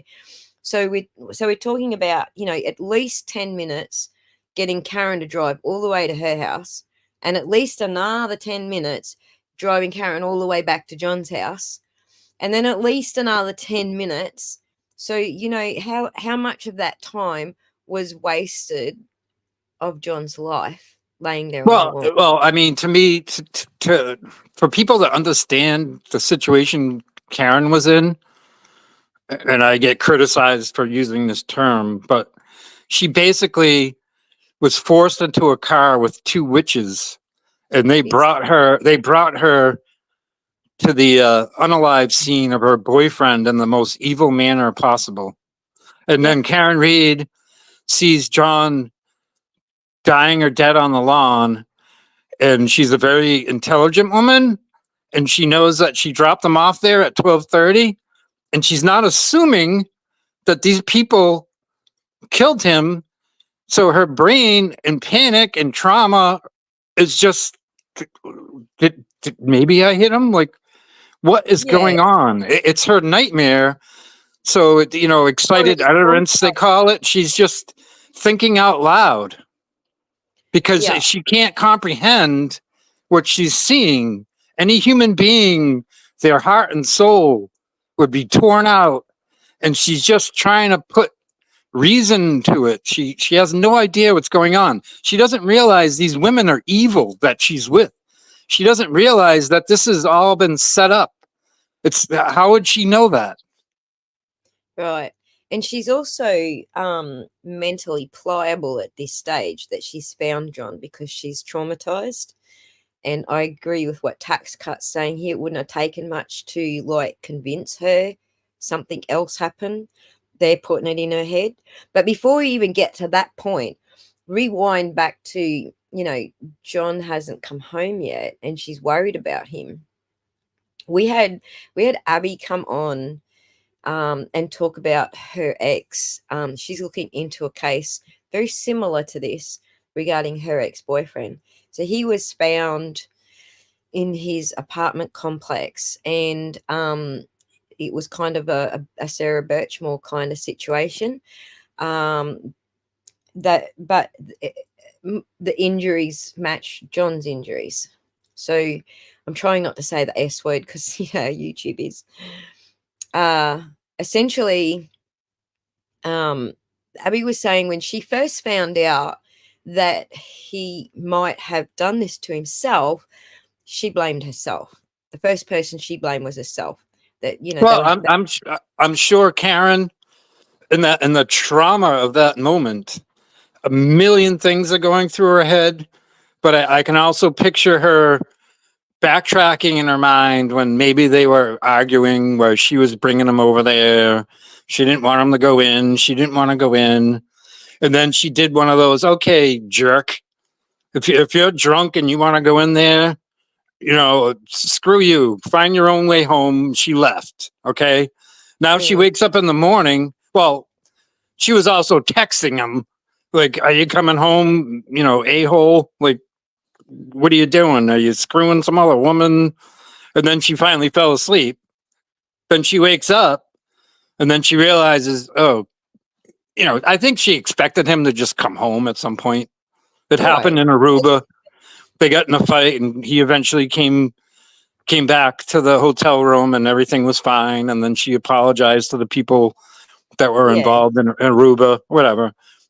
She wakes up and it's the worst case scenario ever. Like, he's not home. Like, what is going on? Like, so she gets into Kerry Roberts' car with Jen McCabe and they're just driving around wasting time. And then they're going to pretend they don't see John on the lawn. And then they just thrust Karen Reed into this nightmare. Right, exactly. I probably do sound a bit sniffly and snotty today because I've got hay fever, something chronic. I don't know what it is. Something's flowering in our paddock nearby, and I haven't actually looked to see what's flowering, but something's going off out there. I heard the bees the other day. As soon as I can hear the bees, I know I'm going to get hay fever. So apologize. I haven't taken any medication to nip it in the bud and not sniffle in your ears. Apologies. But I'm sure part of what Karen, the million things that were going through her head, because she's looking at John on the lawn saying, what the hell happened? So a million ideas are going through her head. But I also imagine there's a slight bit of guilt where she might be thinking, I should have never dropped him off here. I should have not gotten in an argument with him. And women are like that. Like they even though the guy is wrong and the guy is a jerk, women look back at it saying, oh, maybe it was my fault. Maybe I shouldn't have dropped him here or whatever. we had a very interesting live stream about women blaming themselves with Nurse Kim and Shorty a couple of days ago. And it does seem to be, you know, pretty common. We're always looking for another excuse, and it's usually ourselves. Or you're the reason. It's your fault. So Yeah, no, women are very loving and loyal creatures, and guys that want to be jerks, they can really take advantage of that, and it's sad, really. So just to bring it back around, the conversation back around again, what were you guys who were you booing at the courthouse? Do you recall that part of the protest that day? I mean, way in the beginning when we were accused of booing John O'Keefe's parents. Yeah. So yeah, you have to understand is all the pretrial hearings or even in the trial, the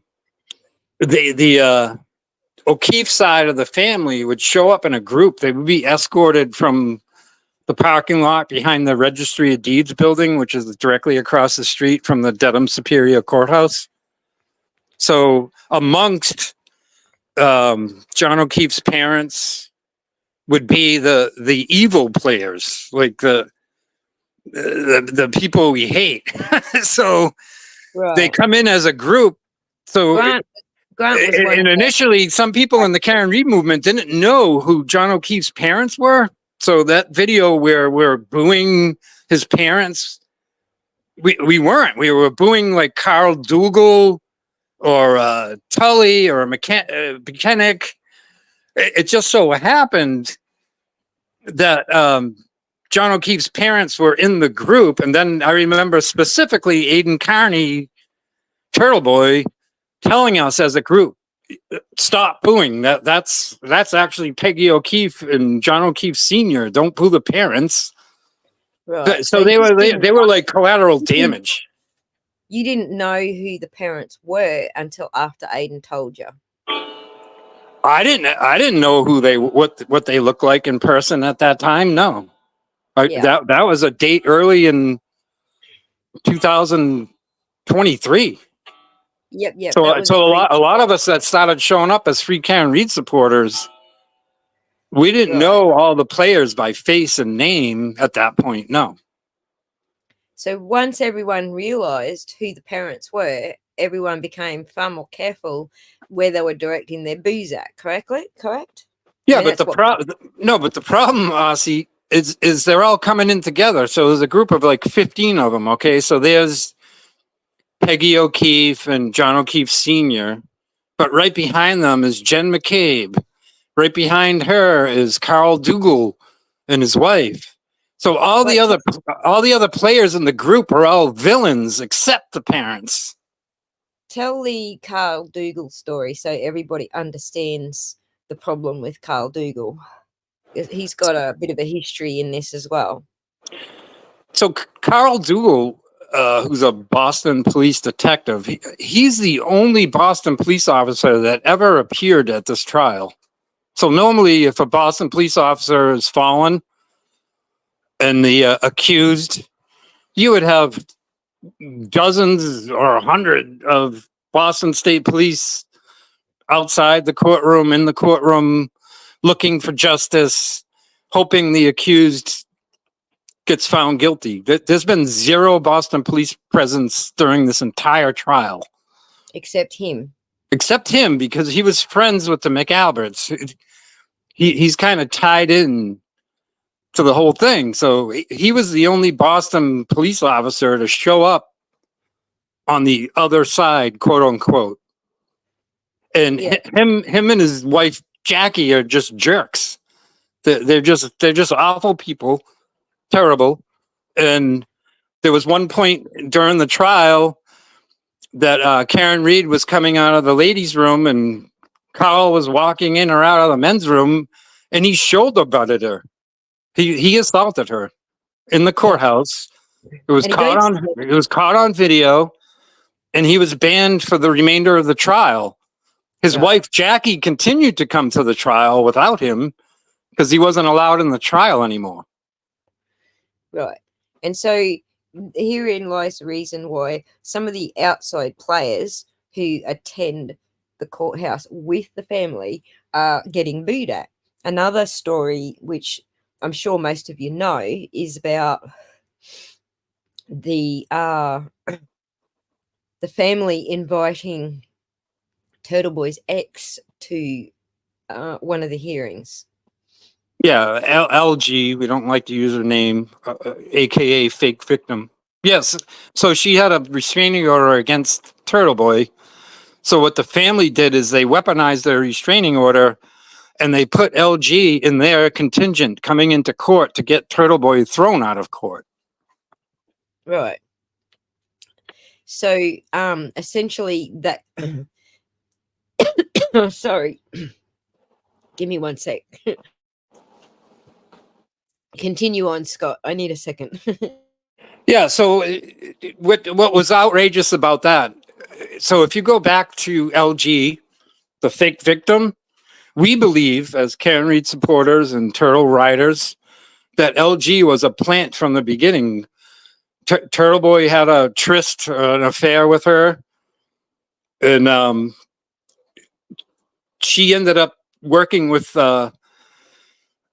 Tully and Mello, the special prosecutor that were coming after Turtle Boy for the witness intimidation harassment thing.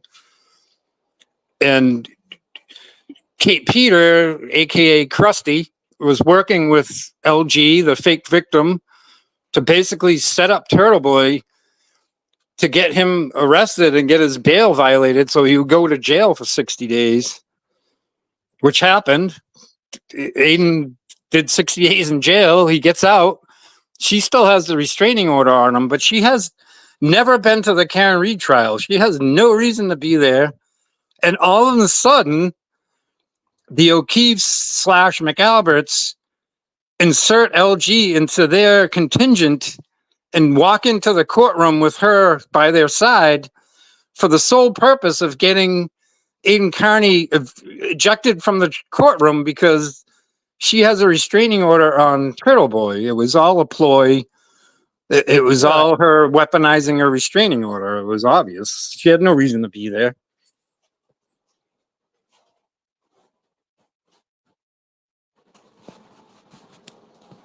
So in the end, I think it's important to understand that anything that the O'Keefes can do to lash out at Karen, they will do. So they brought in John O'Keefe's ex-girlfriend from 20 years ago. That was to lash out at Karen.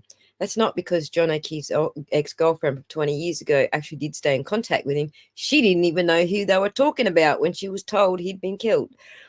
So that we know that. Well, it goes back to the look at the sequence of events. Okay, so Karen Reed's initially charged with vehicular homicide or whatever. She refused to plead to that.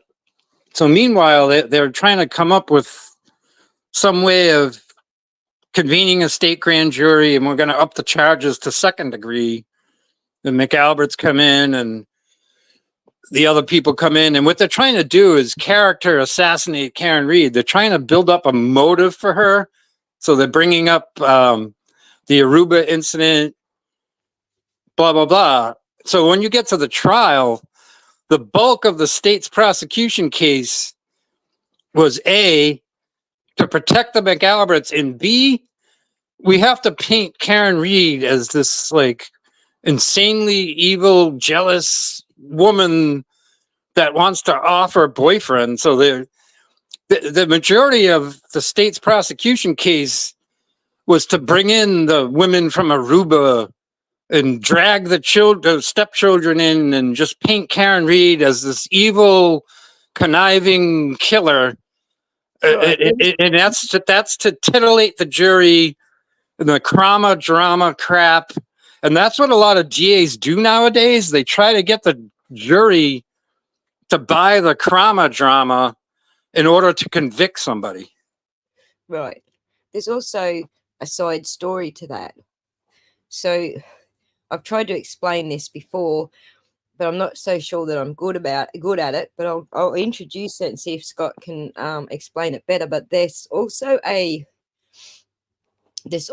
been a push to, so if they could get Turtle Boy on certain charges and prove that he was in contact with Karen Read, then they could have Karen Read's bail revoked. And so there was this massive movement on their part to try to connect Turtle Boy and Karen together in a way that incriminated Karen so they could get her bail revoked. Correct. Is that They were trying to put both Turtle Boy and Karen Read, put Turtle Boy back in jail, and get Karen Read in jail. right? And so a lot of this paying out on Karen and using Turtle Boy as a weapon, and Turtle Boy's personal problems as part of the weapon, was because they wanted Karen in jail. They're still trying to do. Obviously, they're still trying to. So these latest two that have been summoned to the clerk magistrate hearing for witness intimidation, even though they're going back over a year to come up with these charges. They're trying to get one of these people. They're trying to get pressure on one of these people to say, Turtle Boy told me to do it. Therefore, they could revoke Turtle Boy's bail, get him back in jail, and maybe if they get lucky, they could get Karen Read's bail revoked and get her sent to the MCI Framingham. Right. I find it very humorous from over here in Australia that Turtle Boy's being framed, and it's all something to do with Framingham. I just find that hilarious. In Framingham being framed. Yeah. Right. That's funny. That's funny. Yeah, they're just. I hope and pray to God that what we are witnessing right here with D.A. Morrissey's SS troops roaming the countryside, summoning free citizens with free speech to court, is the final death throes of their regime. Right. I think it is. I think it's a lot of desperacy coming out. And I also felt that what was a desperate thing that I thought it just jumped out of my head. There was something that happened just recently that I thought was the ultimate of desperacy. Oh, the lawsuit. I felt the lawsuit was that final act of desperacy from the O'Keeffes. Well, I mean, obviously, everybody that's talked about it, legal minds like Mark Betterow, I mean, he thinks the civil suit against Karen Read is both premature and ill-fated, but there was a 3-year time limit, which would have brought it to this coming January that they had to file that lawsuit. But they're forcing a hand that's a losing hand. I don't think that goes anywhere. But they're doing it. They're doing it anyways, just to throw more shade on Karen Read, make her look even worse in the public. It's more of what it's about. It's not like they think they're going to win it. It's a desperate act because they feel like they're losing the public, the PR campaign against Karen, so they had to, drive that knife in just a little harder. I'm sure that most families are going to do the wrongful death thing anyway within time period allotted. I mean, I'm sure that's all part of the course, but the way that they have presented this one, it's so easily defeated in court. Like, it's just so easily shot down because both of those bars have got receipts. Sure, those receipts weren't allowed to be shown in the trial. For whatever reason, Bev shut it down. Those receipts weren't allowed to be shown at trial, but that's not going to be the case in a civil suit. Well, especially when they're up against the time limit, which is next January. They're filing it for two reasons. They want to throw shade. So think about it. They have the mainstream media in their back pocket. So they file a civil suit against Karen Read. It gets headlines on all the major Boston TV stations. O'Keefe family files civil suit against Karen Read. Karen Read look bad. Karen Read bad. So they get that win, right? It was their PR push, and it was desperacy because who were they reaching out to with those with those outlets. They're not reaching out to any of us because none of us would listen to those freaking outlets. Have they not noticed that the entire public is not listening to the media outlets anymore? We don't trust them anymore. It's very tone deaf, you know. They're only reaching out to a very small audience, really. Well, when you're boots on the ground here in Massachusetts, and we're the army of truth trying to attack the tower of corruption and pull it down. One of the very top floors in this tower of corruption, quote unquote, is the mainstream media. They are our enemy. They're part of the problem. Like WCVB 5 Boston. And they're losing. Greg Henning, their legal advisor, is Brian Albert's attorney. So when I'm boots on the ground with the Free Karen Reed movement, or I'm out there at a Turtle Boy hearing, or I'm at Canton Police this Saturday, I tell my fellow soldiers, quote unquote, we all have to know thy enemy. Who is our enemy? One of our major enemies is the mainstream media. Yeah. Yeah. And people have to understand that. And we're talking earlier about Rita Lombardi and how she's a leader in this movement. Yeah. She's told me personally and said it publicly. She had no idea how biased the mainstream media is. And if we called her tonight and talked to her, she's fully on board with me. She's seen it firsthand. She knows how biased the media is. She understands that and works around it. Yeah. Yeah. I've had some conversations with her about that as well. So here's the thing. The media is also in this like desperate panic. I don't know what they're doing in America, but I believe all over the world, the media is in a desperate panic because social media has become the voice of the people and they are no longer controlling the narrative. And so over here in Australia, you know, they're losing their their sheets over the whole thing. They're trying to shut media down so that we're not allowed to talk about stuff that the media would normally be the ones to talk about. They're trying to corner their audience back again, but they're losing it. They're losing the trust of the people. They're losing the audience. Nobody I know watches mainstream media anymore. Sounds like I don't watch it at all because I'll watch it to look at the weather report. Everything else they're saying, I tune it out and turn it off. I don't even listen to them. See, I don't even need the weather report on TV because my laptop tells me it tells me everything. It tells me this rain tomorrow, and it'll go bing. The rain is a half an hour away. Bing, it's now raining. Bing, no, I get what you're saying. You don't need the local news to see it weather. I like to put it on. I don't even put it on. Like I might be out somewhere and see it on TV. You might see like breaking news. So it's kind of like you can't help but look at the train wreck. Or a car wreck. You want to look. But then 2 seconds into the story, I already see them twisting the narrative. And then I'm like, I get sick to my stomach. I'm like, okay, I see where they're going now. They're going to twist this all around. And I think it's important too for you guys to realize that who they are twisting that around, who their audience is, they're not worth worrying about. They're the people who support the people you're trying to get out of power. That's the only people they're communicating to. They're not communicating to us. They're not communicating to the wider public who has lost all trust in the media at all.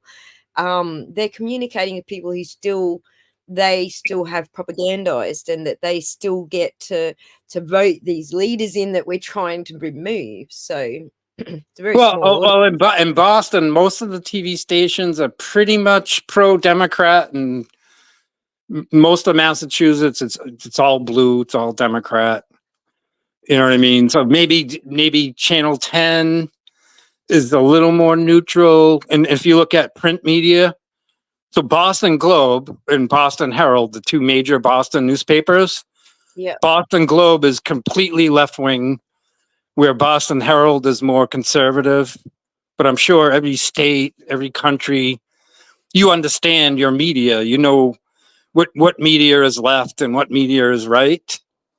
Yeah. So, Yeah. like Boston Herald is, Howie Carr is one of the columnists who's a conservative constitutionalist, and he's constantly criticizing government. But if you With this pick up a case, if you pick up a Globe, Boston Globe is just straight out government propaganda. yep, yep.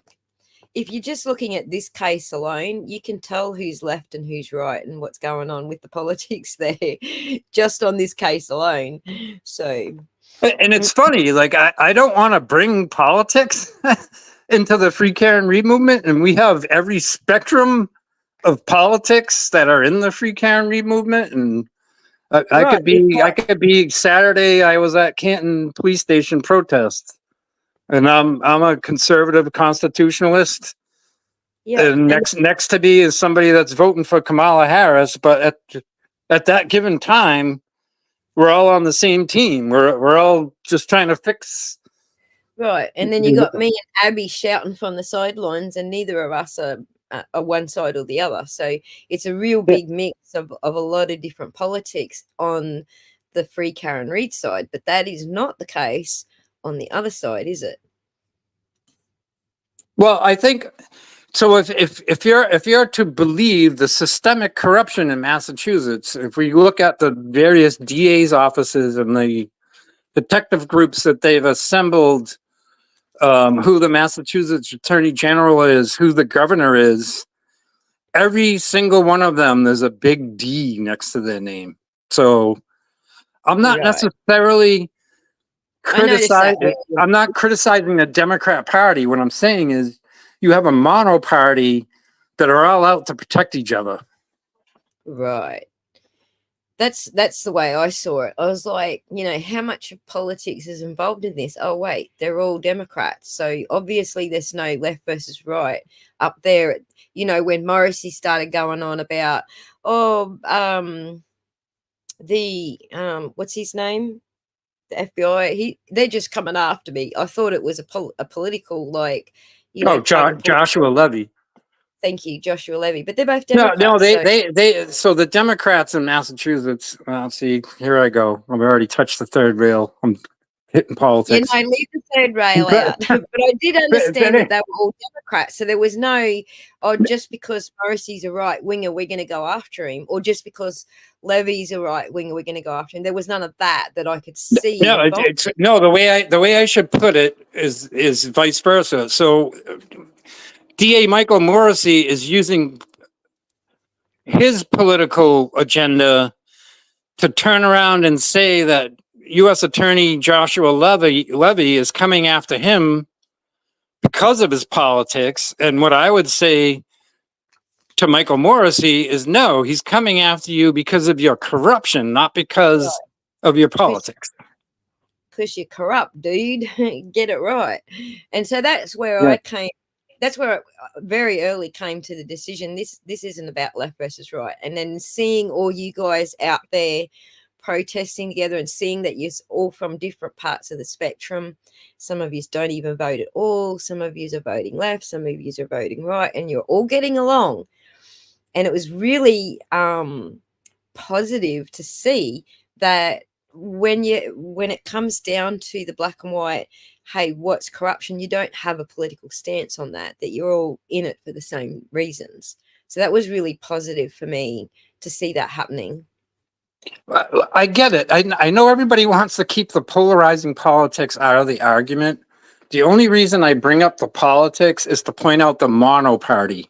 So in other words, Massachusetts could be an all red state, and every DA in Massachusetts is a Republican, and the governor is a Republican, and the attorney general is a Republican.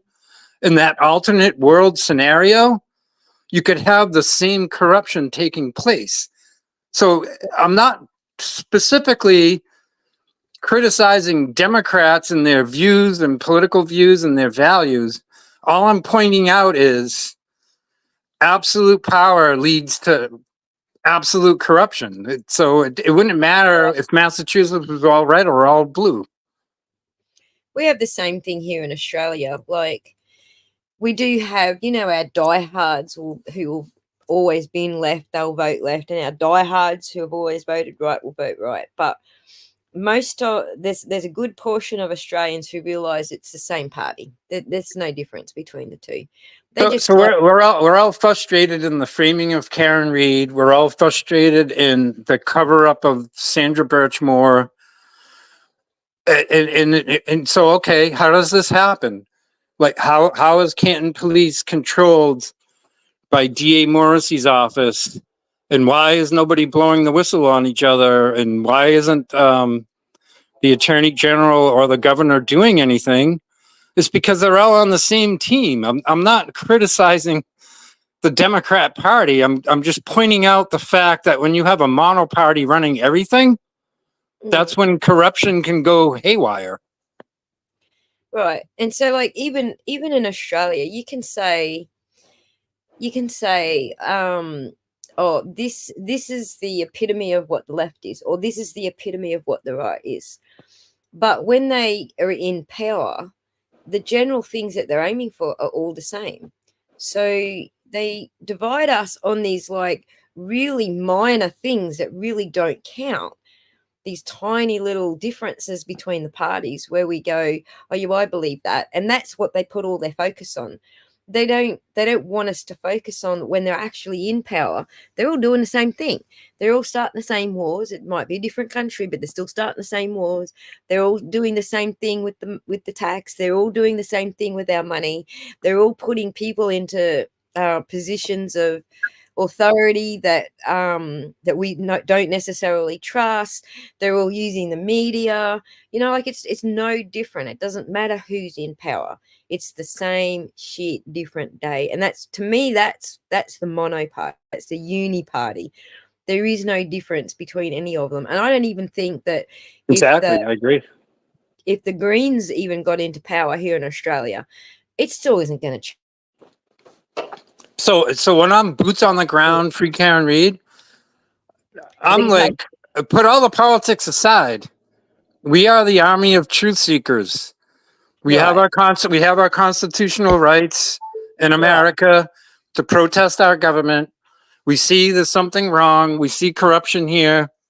Let's get to the truth. Our politics don't matter right now. Like you said, it's a uniparty. It doesn't even matter in Washington, D.C., Republican or Democrat. To me, they're all the same. Yeah. Right now, we're boots on the ground in Massachusetts trying to get to the truth. Let's all get together and go for it. Yeah, everyone's on the same side. And I love that. I love that about the movement. And I really appreciate you explaining to us, from the first person point of view, what was literally going on at the time that the media caught that snippet where the family looked like they were getting booed, and that you didn't know who the family were, and so on, because that's been something I've been trying to sort of voice, and having someone with boots on the ground who was there, who knew what was going on, like, from the start and through that period, that's been awfully instrumental here. And if you don't mind, I am going to clip it out of this massive long live stream. Make sure that I know we went on a long time here. No, that's another example of why I get so frustrated with the mainstream media, Court TV, News Nation. They're going to keep going back to that very day last year when some of us in the Free Karen Reed movement did not know who Peggy O'Keefe was, or John O'Keefe Sr. We're booing Jen McCabe standing behind them. We're booing Carl Dougal or the other goons that come into court with them. We weren't purposely booing Peggy O'Keefe or John O'Keefe Sr. That sense has long changed. But I could put on Court TV tonight, and they're going to go back to that clip like it happened yesterday. Yeah. And that's the problem, is that they keep playing it like it happened yesterday. And it was all pre-trial, wasn't it? All that. That was all pre-trial, yeah.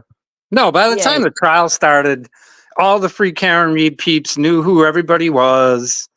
Right. Everything was fine.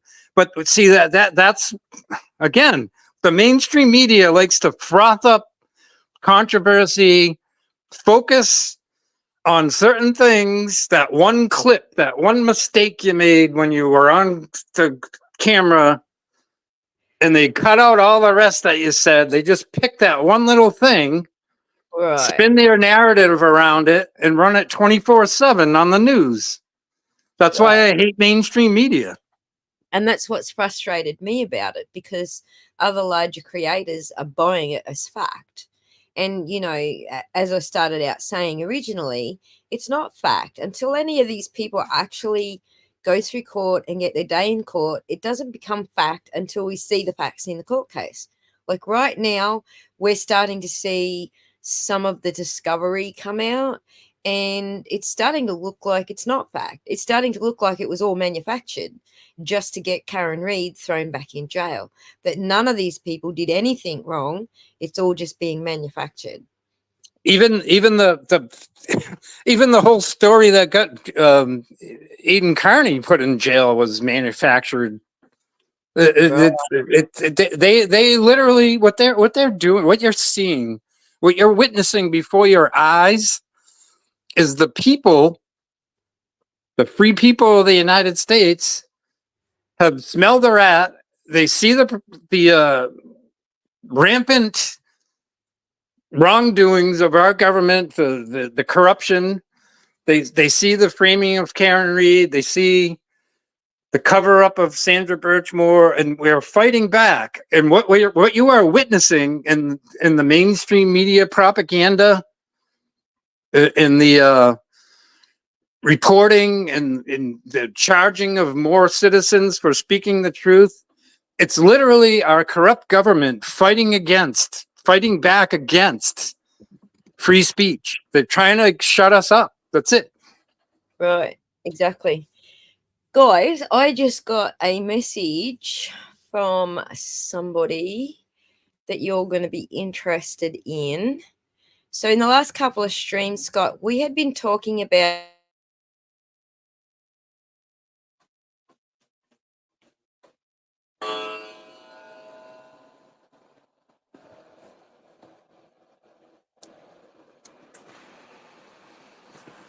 Am I back yet? Sorry. You're back now. I lost you. Yeah, no, I got kidnapped by the Starlink again.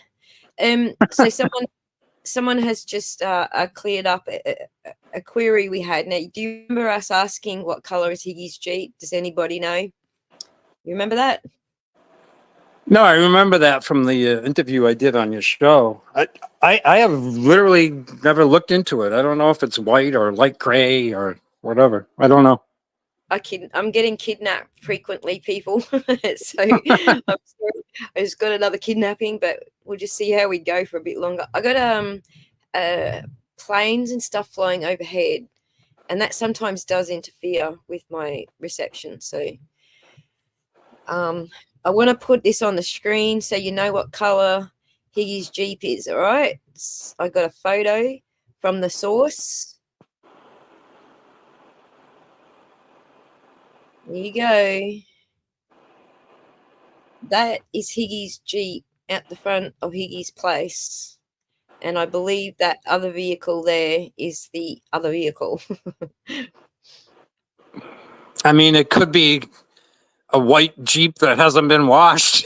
I don't know. It's hard to tell from that picture. But this picture is from Turtle Boy. So I reached out to him the other day. I mean, I would, from that distance, if I was to describe to police what did it look like, I would say white Jeep. But it could be a very, very light gray. I don't know. Yeah. It's definitely not silver, though. It ain't silver and it ain't grey. I don't know. It's not even light grey. I don't know. So it's dirty but white, Prince Lover says. Personally, I think it's the same color as Jen McCabe's Jeep. Now, I don't know what year models these Jeeps are. If these are fairly new models, they only come out in certain colors, and you didn't get a choice of a certain shade of grey. You got grey or you got white. You didn't get anything in between. Oh, So exactly. So you can look up a make and model year of most modern vehicles, and there's a pretty limited selection of colors, maybe some optional colors that you have to pay extra for. But right, it's not like in Massachusetts or the United States in the late 60s, early 70s, you could get 25 different colors for a make and model. yeah, yeah, Most manufacturers have narrowed it way down. You got like maybe 6 colors you can get, maybe a couple special order colors, but vehicles used to be a lot more. You could get any color you wanted. right. And so we have to just take, Total Boy's word for it that he was in fact outside of Higgy's place. I don't know what Higgy's place looks like, but he's a local and, he's usually got the goods. I haven't seen him been wrong on anything yet.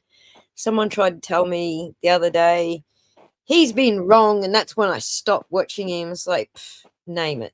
Name the time he's been wrong, because I haven't seen any yet. Well, I Love mean, I'm a voracious turtle rider going back a long time. So right. according to me, Aiden's never been wrong.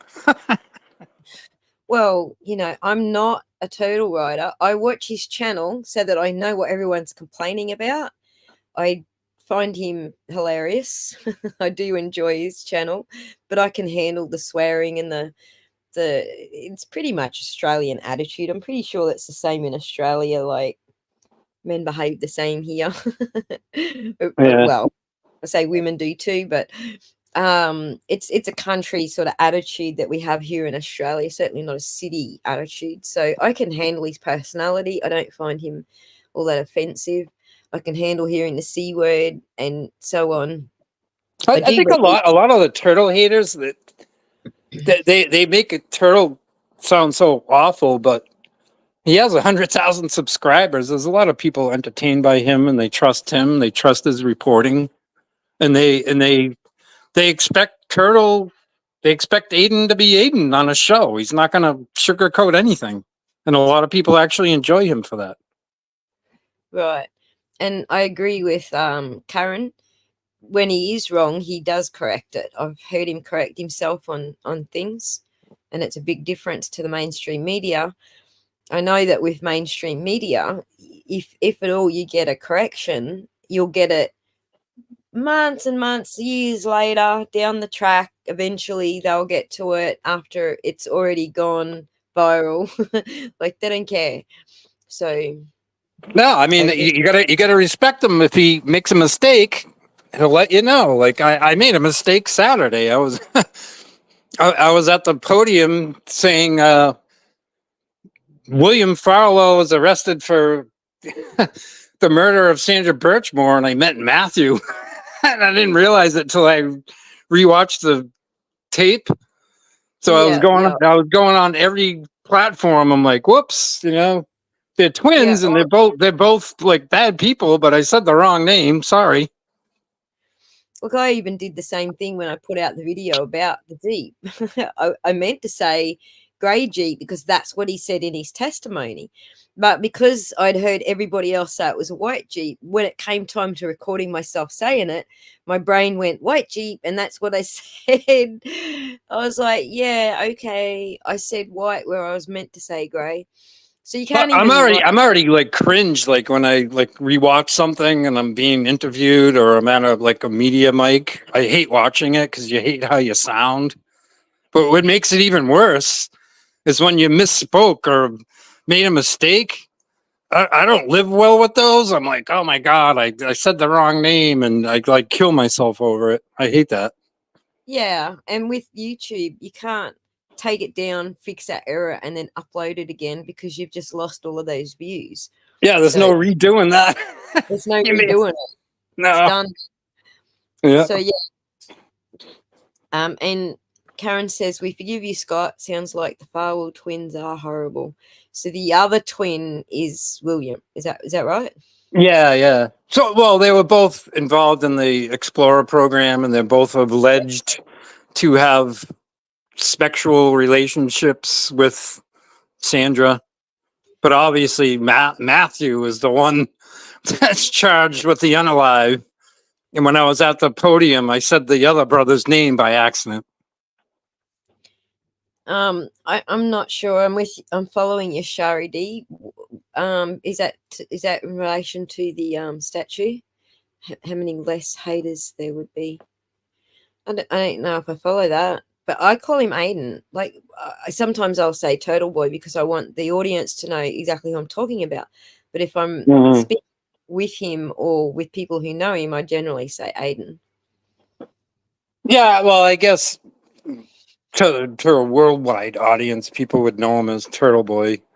Us closer to him, we call him Aiden, but people might not know what that means. Like that's Aiden Carney, Turtle Boy. Right. So this is the news for today, guys. We got Scott on to tell us exactly what went down when the media photographed when the media filmed the booing of the family. So with that ironed out, no longer an issue. And Higgy's Jeep is white with, look at that, a black soft cover. And we talked about this, Scott, in one of my videos when I discussed the Jeep about Jen changing her cover to a hard white cover. Yeah, I mean, I don't know. It looks white to me. I don't know what else to say.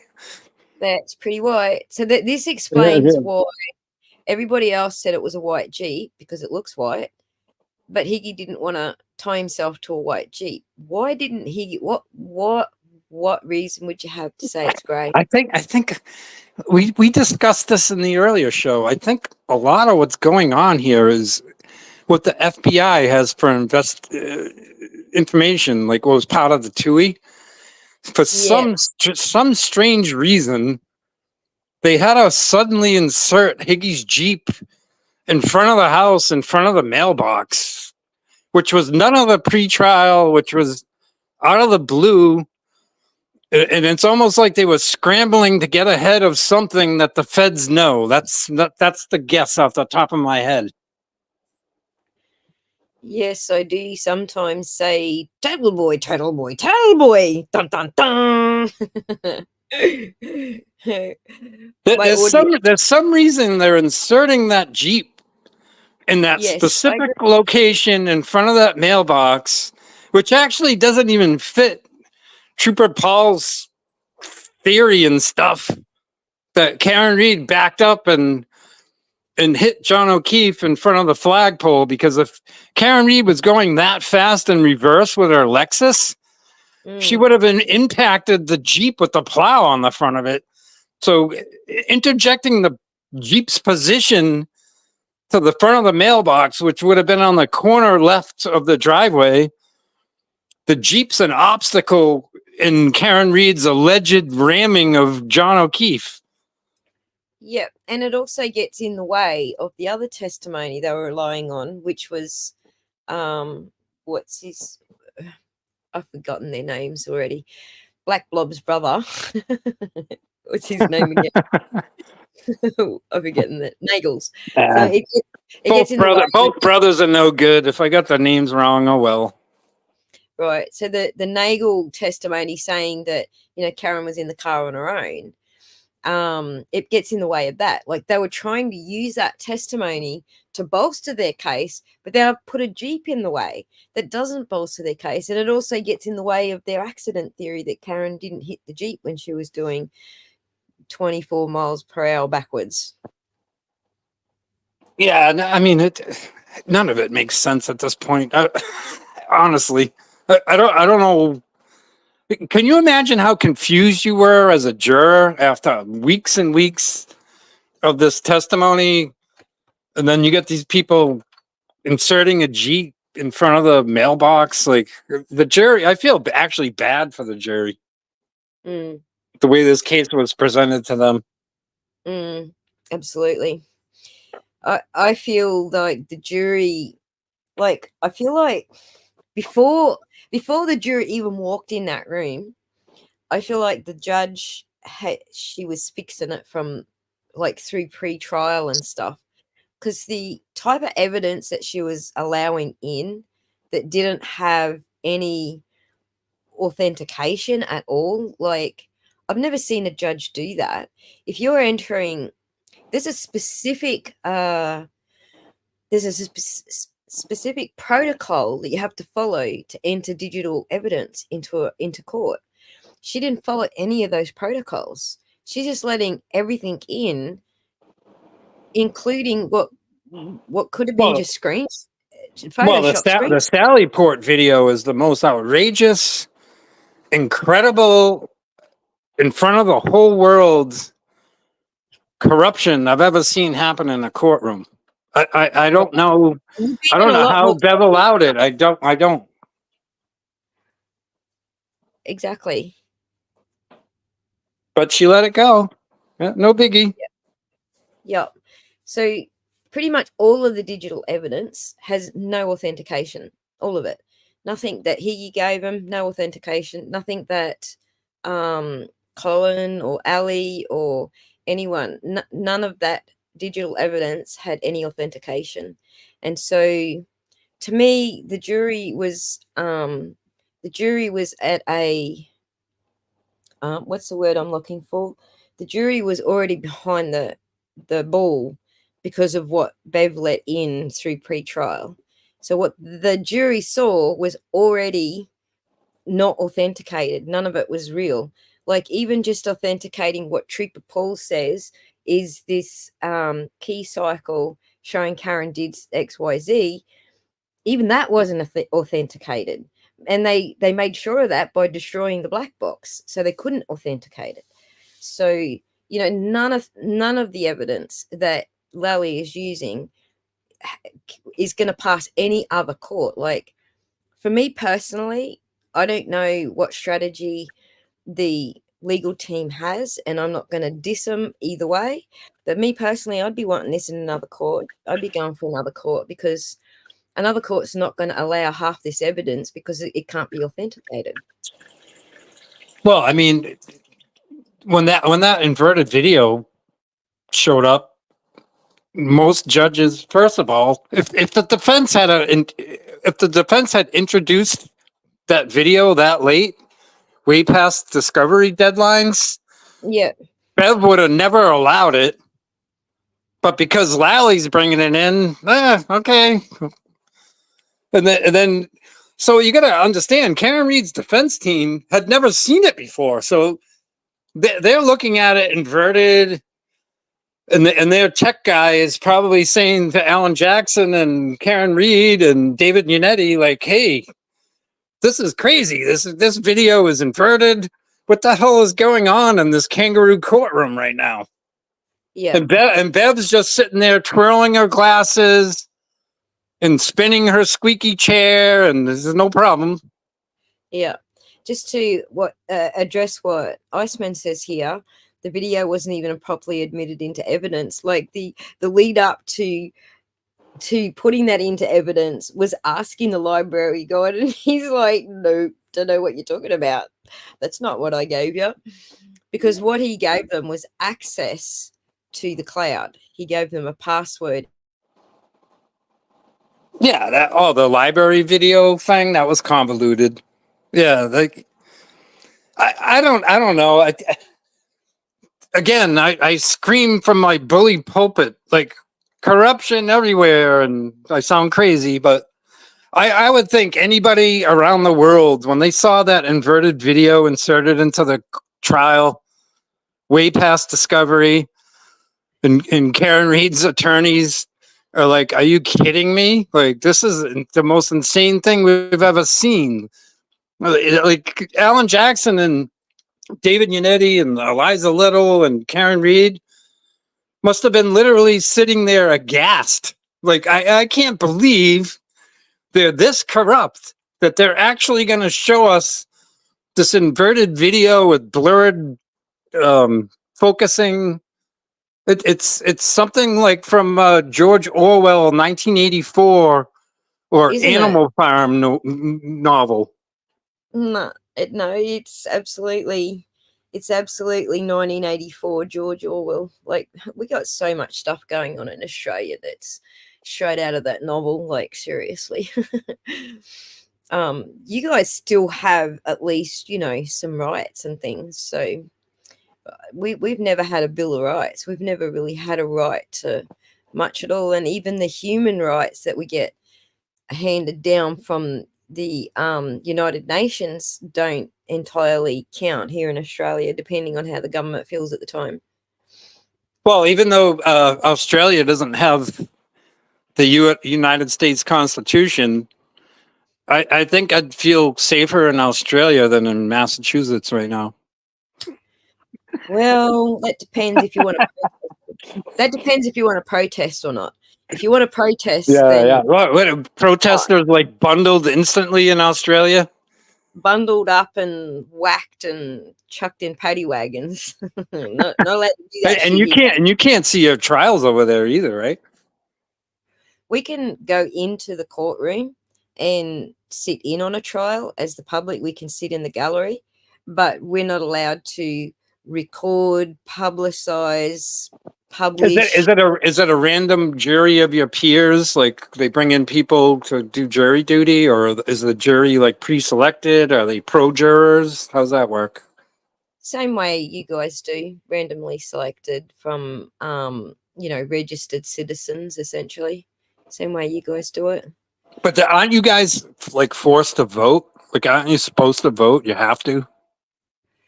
We are absolutely forced to vote. You don't get any choices, although I don't vote and I just pay the fine. So that's how they force you. They say, if you don't vote, we'll fine you. And I'm like, well, fine me. Like, if that's what I got to do, I got to pay for my freedom, then I'll pay for it. So just to ask this question, what do you know about the black duffel bag? Well, the black duffel bag was brought up by Sean McDonough a long time ago. Mm-hmm. So I forget the details, but there was an address or a house in Canton where allegedly the unmarked black SUVs, feds, quote unquote, showed up to a home and they grabbed the black duffel bag. So Sean McDonough has put little tidbits out there about the duffel bag. So from there, we can go down the rabbit hole. What's in the duffel bag? Is it stuff that came from the basement of 34 Fairview? Is it? We don't know. No idea. I only know of it because she mentioned it too. So I forget who asked that question. I did flash it on the screen, but there's your answer. No, we don't know. We just have to wait. I think there's a lot of stuff involved in Officer John O'Keefe's death and what happened at 34 Fairview that the feds are real that they know that has nothing to do with the Karen Reed trial, by the way.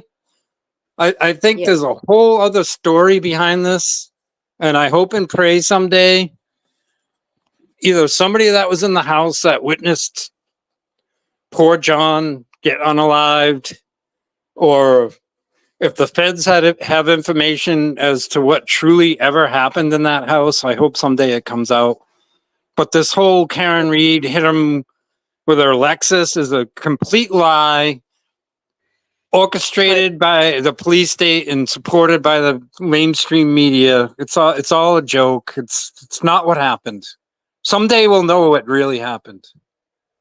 Yeah, I hope it's before the next trial. I hope something budges before the next trial.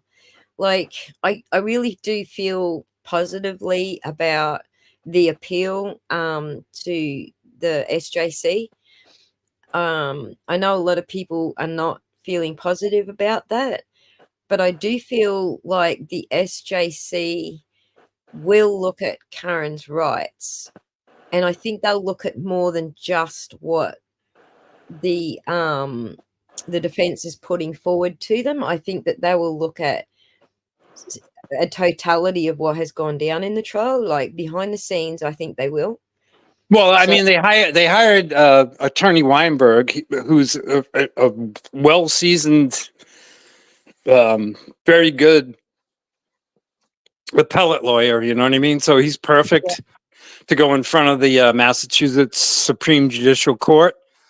The only problem is, so they want to have oral arguments in front of the SJC in Massachusetts, Yeah. but initially it's going to be in front of a single justice. So I think this is what I heard Mark Betterow say, but obviously Mark Betterow's in New York, Massachusetts, slightly different.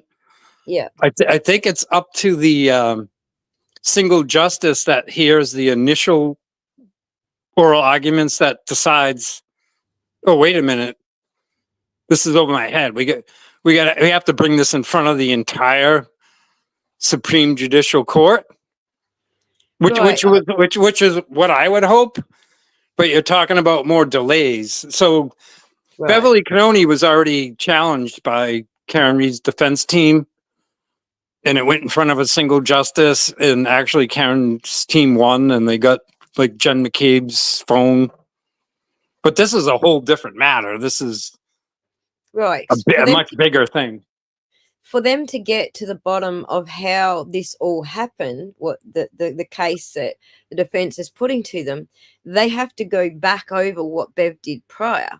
They can't just look at what the defense is putting before them and get the whole picture. So I think that it's inevitably got to be exposed previously what happened to get to that point where this thing happened. You get what I'm saying? I don't think the SJC is just going to look at only what's been submitted into the motion by the defense. I think they have to go back. They have to go back over it. But what Mark Betterow was talking about, and as good as Weinberg is, okay, there's no preceding case law that applies to this. So when they go to the SJC, wherever this may lead, and I hope it leads to the truth, and I hope it works out, like, okay, no, we got to bring the jury back. But whatever happens here in the SJC is going to be precedent-setting law. It's never happened in Massachusetts. Right. So the only single case where something similar happened was about some sort of racial divide that was going on. So that's the closest case that matches. That isn't applicable in Karen's case. So no, if you look at Lally's counter arguments, he's citing case law that's non-applicable. He's bringing up. He's been doing that. He's freaking useless. No, he's bringing up. We don't want to know what the jury's deliberations were. We don't want to know how they. We don't want to know how those people came to a guilty on count 2. We don't care about that. All we care about is Auntie Bev refused to impose Rule 27. She could have made sure that the head juror told her that we were not guilty on count 1 and 3. Bev purposely ignored that. And all they're asking is, you had counts 1, 2, and 3. The jury was hung on count 2. We get that. 8-4 guilty, whatever the count was. All we care about is, were you not guilty on count 1? Were you not guilty on count 3? Bev had Rule 27. She could have done it, but she purposely ignored it because in the wording of Rule 27, it says may, quote unquote, may. Right. That rule should be changed to must, by the way. That's my opinion. But whatever this happened, when this goes to the Supreme Judicial Court in Boston, this is a brand new case. There's no case law to go back onto. What ADA Lally is doing, he's bringing up previous cases out of context that don't even fit this situation. Right. And I agree with Shari D. I think that this particular appeal will end up creating new case law for years to come. I really, yeah. I'm hoping for it. I'm thinking that's the best case scenario, and I am hoping for it. But I don't blame people for losing faith in anything good happening here.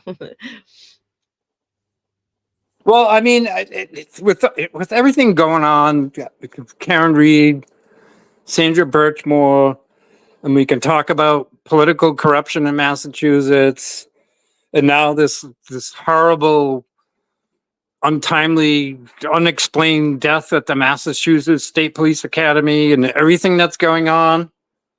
Yeah. I hope and pray there's a day. If you listen to Rita Lombardi, she wants to bring Canton back and fix it all. I'm hoping at some point we can get through all this, hammer this all out, fix the Yeah. corruption, fix everything.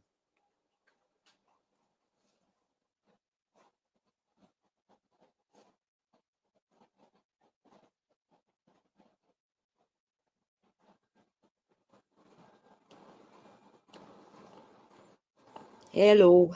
Am I back yet? Did I lose you again? Yeah, that's what I thought. Yeah, sorry. God damn it. I think I caught the end of what you're saying. I'm hoping the SJC is, that final bastion of bloody jurisprudence that we've all been seeking here. So let's hope they are. The other thing to point out about the SJC is also that, like here in Australia, our higher courts are far more concerned with public perception and public trust in the in the judiciary. I don't know why words are jumping out of my head, but they are. Australia, the higher courts are far more concerned with it. The lower courts are more like, let's not have a trial by media and let's not kick off a new satanic panic. And so they worry about these lesser things. But when we get to our appeals and higher courts, so we have like we have our magistrate court and then our state court and then we have our high court, which is kind of similar to your structure. They're just called different things. But when you're Well, going yeah. into, Well, you have a clerk magistrate hearing in district court, then you have superior court, and then if you go all the way to Boston, the Supreme Judicial Court. yeah, so we have a similar thing here, but it's based on the Westminster law. Is that what it is? Westminster system. But anyway, so our higher courts are far more concerned about maintaining public trust than they are about the individual case itself. So if you have a case that has completely destroyed, a good majority of the trust of Australians in the judiciary, they will switch tacks. Like once it gets to a higher level of court, they'll switch tacks and go, all right, we need to show more balance here. And so it won't always be about that specific case. It might be more what serves the community best. I'm pretty sure that the Commonwealth of Massachusetts is built on the same thing that the Commonwealth of Australia is built on, and that is that idea that the judicial system has absolutely no power unless the people trust it. Well, it's so but the problem with the judicial system, mass trial court, is all the judges are politically appointed. Right. So if you go back to any judge's genesis, like how they became a judge, you have to go back to what they were before that. Like Bev was a public defender in Quincy District Court. She knew Michael Morrissey's family. Michael Morrissey was in office since the late 70s. Her juice with Michael Morrissey is what got her robe and gavel in the first place. She wasn't like elected.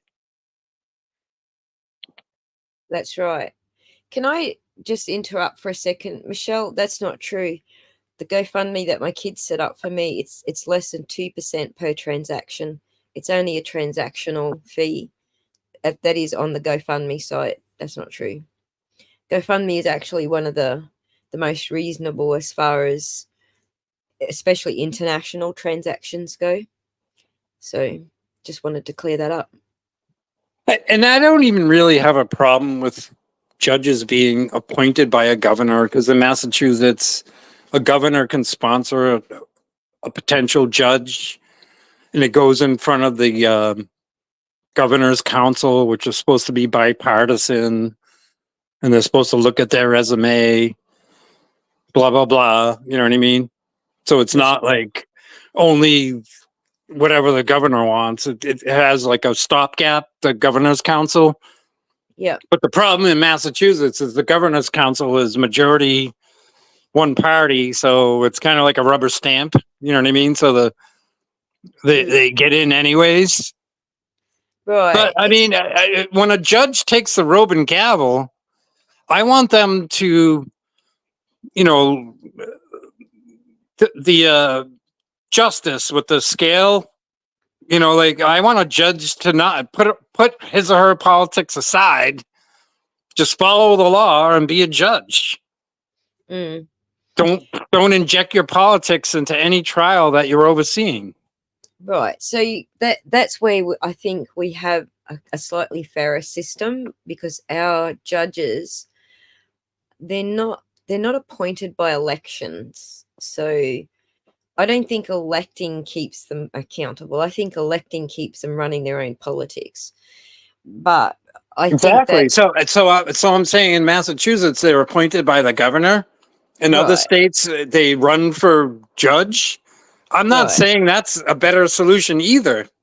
No, I just want whoever is given a robe and gavel, once they get that, once they attain that position, whether or not they were elected, whether or right. not they were appointed by the ruling party that happened to be governor. Well, I just want my judge, when they take the bench, to follow the law. exactly, because that's their job, right? Their job is to interpret the law, not to Yes. create new laws, not to misinterpret the law. They are there to interpret the law and putting their bias on it, and getting upset because they've been asked to be recused because there's some sort of connection between them and the people involved. That's all outside of interpreting the law. So in Australia, I feel like and our judges will tell you this, we do have the odd one who the power goes to their head. I'm not going to deny that, but in Australia, our judges will tell you, look, I'm not here to make the law. I'm here to tell you what the law says. I'm here to interpret it.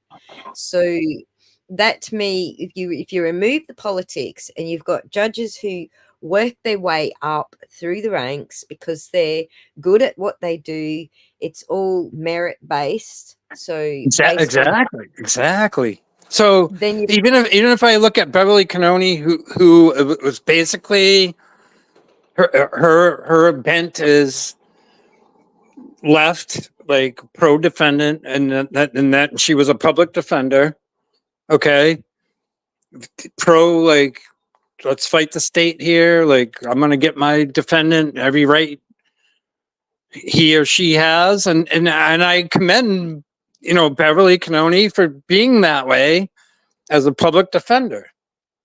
And yeah, if she got elected to be judge or appointed to be judge, once she takes that bench, once she has the robe on, she can't have that bias to the left or to the right. She's supposed to be a neutral arbiter of the law as a judge. Somebody respected Bev enough to give her that robe and gavel. When she takes that robe and gavel, she has to put all of her politics aside and just be a judge. And she can't do that. She's so bad at that. mm-hmm. Previous trials, she's way to the left. On this trial, she's trying to save Morrissey. That's why I say she's a bad judge. Yep. Just to address the age of your judges, like, it just shocks me. Some of your I just did a little mash up on a judge who I think has past his prime. He really needs to go into retirement, but you don't actually have a retiring age. Our laws in Australia, so we had a referendum. Our constitution doesn't state our rights. Our constitution basically says what the government is meant to do. and that's it. None of our rights are covered in that. But essentially, in our constitution, the why did my mind just go blank? Oh, that's right. We had it said that, judges can, there was nothing in our constitution saying how long judges could serve for. So we had a referendum to see if the people wanted judges to have an age limit. And so now we've got an age limit. And I think there's also one for politicians now. So you've got politicians sitting in your cabinet that probably shares and retired by. No, Ducati girl has it right. At the end of the day, it comes down to personal integrity of the judge. So we in American society, if somebody is appointed to judgeship, their God is the law, regardless of their personal biases or whatever. Once they're behind that bench, they have to follow the Constitution and the law. And that's what their job is. And to be appointed to a judge, especially even in Massachusetts, Superior Court Judge Beverly Cannone has been appointed to a very high and should be respected position. Yeah. And I say that she's not good at it. I'm sorry. People don't like that. Karen, I just wonder if Scott can answer this for us, because I don't think there is. I've seen 80 and 90-year-old judges still ruling from the bench. So I don't think it's a mandatory retirement age, whereas what we voted for was mandatory, so that we don't have people who are entering, their later years and dementia, the onset of dementia and things like that, sitting on benches ruling over, whether people are going to get the death penalty or not. Not that we have that in Australia, but what say you, Scott? Is this a thing across I don't know what the mandatory retirement age is for judges that have been appointed in Massachusetts. That's something that's out of my wheelhouse. But I will say, for example, okay, so Beverly Cannone is deeply tied from the beginning of her life, I'm sorry, to like Morrissey and Quincy, and how she went through law school and how she became a public defender and how she worked at Quincy District Court and how she knew Michael Morrissey and the Democrat Party and how she became a judge, whatever, okay? But once she takes the judgeship, once she has the robe and gavel, just do your job, Bev. Don't try to twist it to the left when you're defending Emmanuel Lopes that killed Officer Michael Chesna, and then you get to the Karen Reed trial, and you're way over to the right trying to screw Karen Reed because you're trying to protect Michael Morrissey. Like, that's total inconsistency. Like, no, you be down the middle, Bev, and do your job. Yeah, she went off the rails way back, like allowing certain evidence in that wasn't authentic, and then rejecting certain evidence from coming in by the defense, which they could actually authenticate. Like this goes way back to pre-trial, where she was showing her colors, right? Right. Like, I'm going to criticize Bev all day long because I hate her, but I'm trying to give her the benefit of the doubt. Like, you took the robe and gavel. Just look at Lady Justice and the balance, and just be a neutral arbiter of the law as you're supposed to be as a judge. Don't be in the Chesna trial bending over backwards to try to protect an accused cop killer. And then in this case, the Karen Reed case, all you're concerned about is saving Michael Morrissey in his office and screw Karen Reed. You can't be like that as a judge. You have to put all that aside. You're a judge, Bev. Be a judge. Yeah. So 32 states in the US have the mandatory age of 70. And here in PA, we have it at 75. So there you go. I didn't know that. And Did you? it's pretty sad when Bev refused to recuse herself last year. I knew in real time what was happening. Yeah. Bev was forced to stay on this trial. Michael Morrissey was basically, when she took that 15-minute recess, this is my opinion, Yep. she was told, Bev, you're staying on this and you got to fix this for me or you're done. Right. He would have threatened her for sure. Karen, thanks for that. That might be where my confusion came in, because I did think that Ruth Ginsburg was 87, and now I've heard of older. So you could be right. It could be the Supreme Court judges where I got confused there. Well, that's SCOTUS. That's Washington. Yeah. I don't know about Massachusetts Supreme Judicial Court. She's talking about SCOTUS. Right. The one and only time, Olivia, right? Like heck. No, I just wish, I mean, I don't want to just continuously beat up on Beverly Cannoni and just call her corrupt all day long, which I've been doing for a year and a half. I just wish she would have done her job, but she could have got out of this. She could have said, yeah, you're right. You know, there's an appearance of impropriety here. I'm going to step down. There's plenty of other judges that could have took this case, but that's why I'm adamant. She was sent on this mission, and now she can't turn back. Right. Yeah. So yeah, I'm with you, Olivia. I wanna.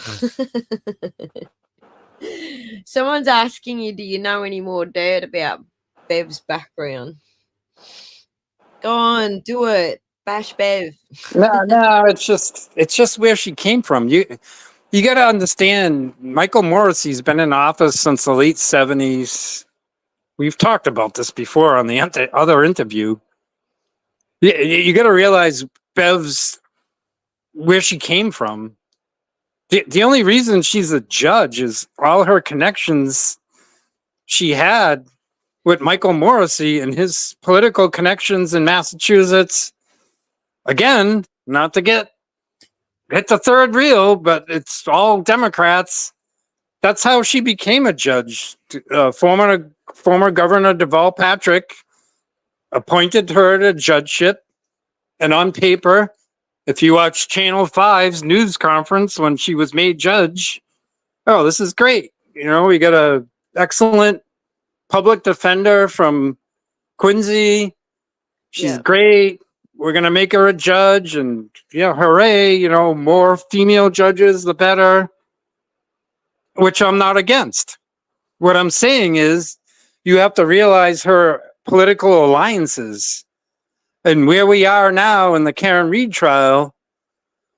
Bev is just simply trying to save Morrissey. It has nothing to do with justice. Right. I'm in agreement with Island Girl here. I was very impressed with Aiden's judge. As soon as it came up that there was any kind of even appearance of impropriety, he was like, okay, I'm out. And that's what Judge Bev should have done. Budge Jeff. and there's some very, very good female judges in Massachusetts. Excellent. Like even the female judge that has done some of Turtle Boy Aiden Carney's hearings on the witness intimidation. Yes. And her name slips my mind right now. I forgot. But she's a no nonsense, right down the middle, great judge. I would take her any day over Bev. Yep, for sure. I mean, Squires Lee. Yep, Squires Lee. She's awesome. She's very good. She's awesome. Yep, I've been impressed with quite a number of judges. And I've been very unimpressed with very few. But Bev and Judge Grudge are definitely at the top of my list of the most unfavorable judges as far as bias and letting them with the goose. I mean, how can I say it any better? I'm all for women power. I have 3 sisters. I have 2 daughters. I want to see women in powers, positions, governors, judges. I'm girl power all day long. So my criticisms of Judge Canoni have nothing to do with her sex. It's all about her politics is why I don't like Beverly Canoni. Yeah, I haven't never heard of her before this trial. Never had an opinion about her before this trial. I certainly got one now. I think we all have, right? And I think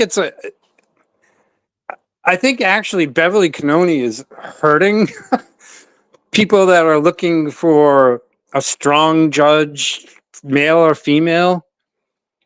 She's just falling into the trap of just following politics, either her personal politics or the politics that got her to judgeship. She should put all that aside and just be a judge. Right, and I agree totally. If by politics you mean lack of principles, absolutely, Olivia, totally. So, I don't know that you've got much more goss on the old Beverly Canoni, do you? Well, no, you can go back to stories about how Bev's mother worked with Michael Morrissey's mother at the school and all Right, her they go connections. It's basically you look at how a judge in Massachusetts becomes a judge, you have to go way back.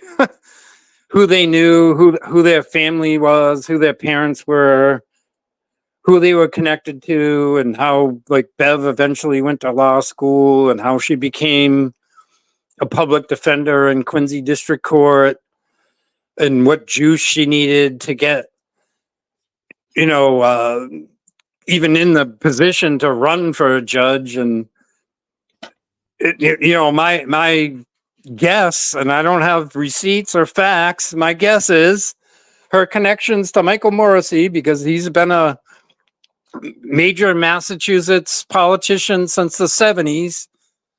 Bev used her connections or vice versa.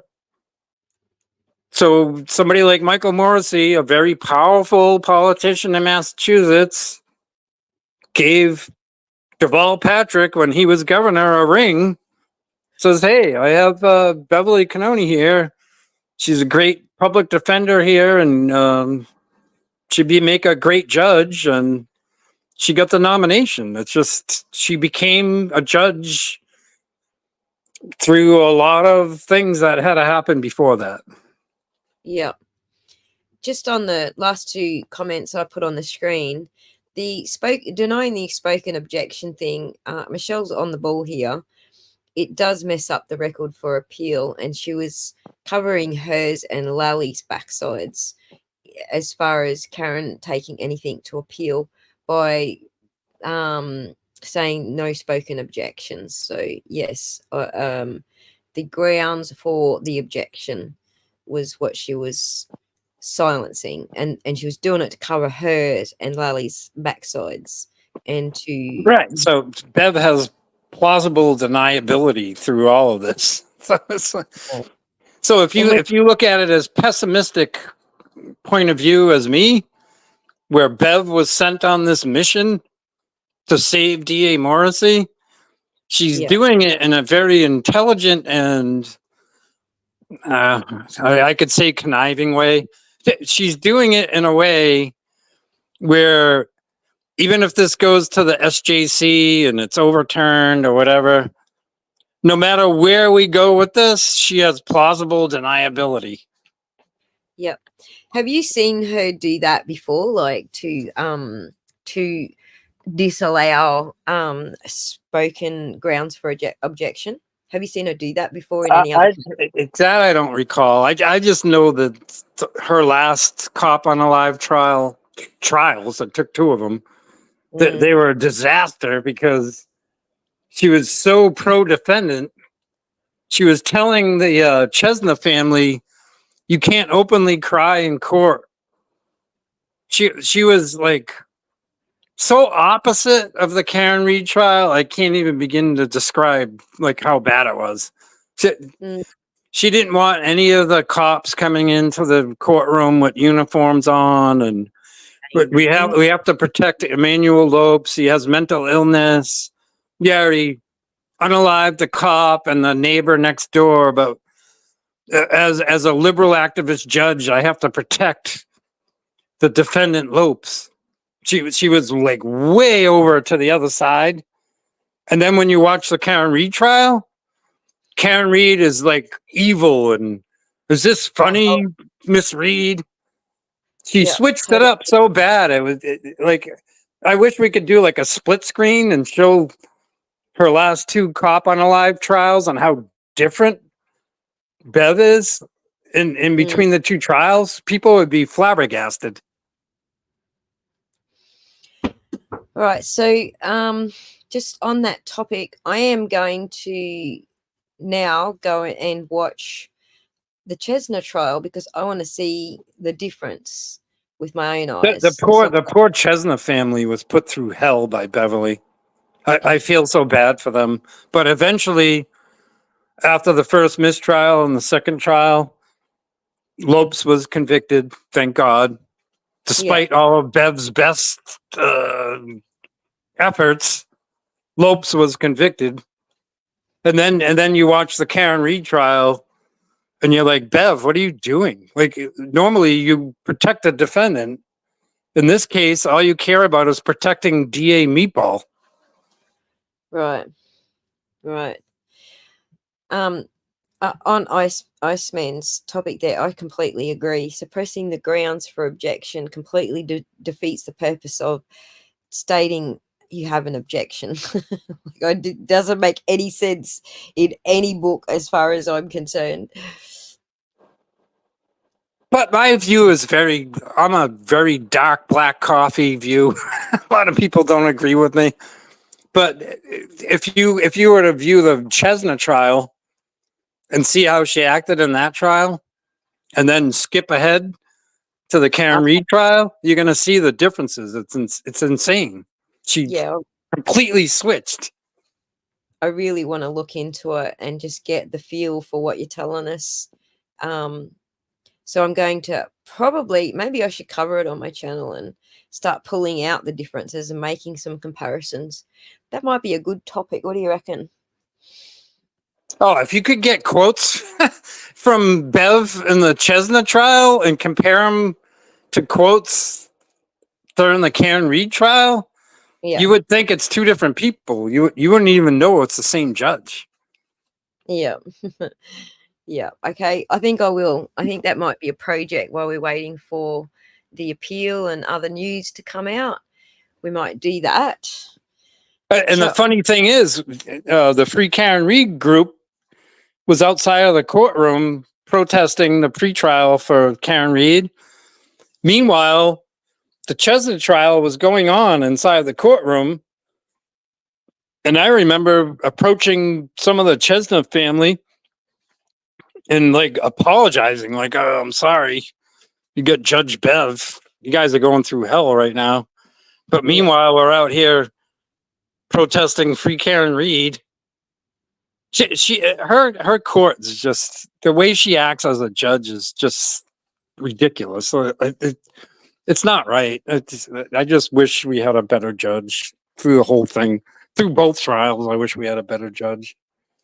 So I guess when I'm looking at the Chesna trial, I'm going to be looking for the long sighs when the defense is presenting their case. And I'm going to be looking for, what else did we notice about Bev? Asking if the state has any objections. Come on, guys, help me out. List the stuff that I got to look out for. But you got two trials to go through. So, I don't know how much it's. I That's a know. lot to And go. That's a lot to go through. Well, what screwed up those trials is Bev. Okay, so Officer Michael Chesna was killed in Norfolk County, and she was afraid that a jury from Norfolk County would be biased. So what she did is she busted in the jury from Worcester County because she didn't want the jury pool to be picked from Norfolk County because that would have been a jury bias toward the defendant. yeah, So she brought in a jury from another county, and the jury selection process, we could argue that all day. I think it's convoluted and it weeds like, out anybody with an opinion. But by the time she got down to the actual jury plus the alternates, they were being bussed every day from Worcester all the way to Dedham, at least an hour and a half ride. So all these jurors were basically hostages coming off a bus to go in for a cop on a live trial in front of her court. And one of the jurors in the first trial refused to deliberate. Like she just said, "No, I'm not voting." That's what caused the first mistrial. oh my And God. she kept doing the Tui Rodriguez, go back in there and deliberate.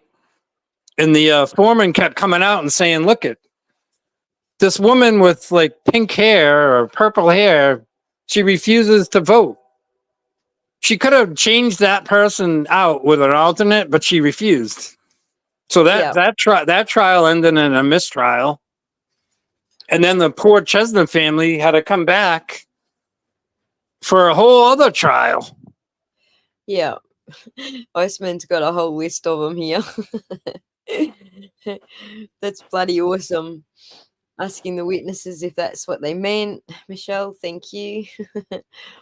But just let's go through that list. This is good. I'll allow it. Do you want to object, Mr. Lally? Can you answer that? Please speak up or I'll turn the fans off. You sound genuinely traumatized, Iceman. Like you can remember nearly everything. How long is this going to take, Mr. Yannetti? That's how we always do it here, Mr. Jackson. Thank you.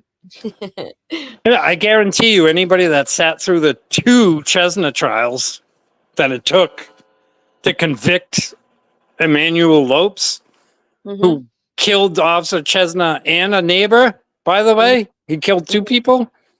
Oh, he's mentally ill, he's not guilty. No, he got convicted. But if you sat through those trials and the way Bev was acting toward the Chesna family, the way she was bussing in a jury from another county, and how she was bending over backwards to do whatever she could to help the defendant. Okay, I get it. A judge is supposed to be neutral. The accused is innocent until proven guilty. But Bev is just over the top. Like, whether she's pro-defendant or pro-state, she's never in the middle. That's what Bev's problem is. Finding that middle ground. And before the Karen Reed trial, Bev got to play left-wing liberal activist judge. That was a thing because she used to be a public defender. And okay, Bev, yeah, all right, I get it. I'm pro-defendant too. Like, I don't believe the state, so prove to me that this defendant is guilty. But when we get to the Karen Reed trial, she switches it all the way to the other end of the spectrum, and she's doing whatever she can to help Adam Lally and help Morrissey, and Karen Reed's are just a POS. Yep. All right. I'm keen to do this exercise. I'm going to be asking in my community section for all your all's suggestions. so that we can keep a track of them. It's the only way I can actually, like, I either take notes while it's being said or I'll have to go, because my live streams are way too long these days. So And I honestly think, like, if the Karen Reed trial, guilty or not guilty, had nothing to do with the fate of DA Morrissey's office, she would have been different. Judge Beverly Cannone would have just been Bev. She just would have been actually pro-defendant. But because in this trial, her mission was to save DA Morrissey, she switched it all up. Yeah. Yeah, she certainly did. And I think you're on the money there. A lot of people agreed with you, like locals who heard our my interview with you. I don't even know if it was an interview, but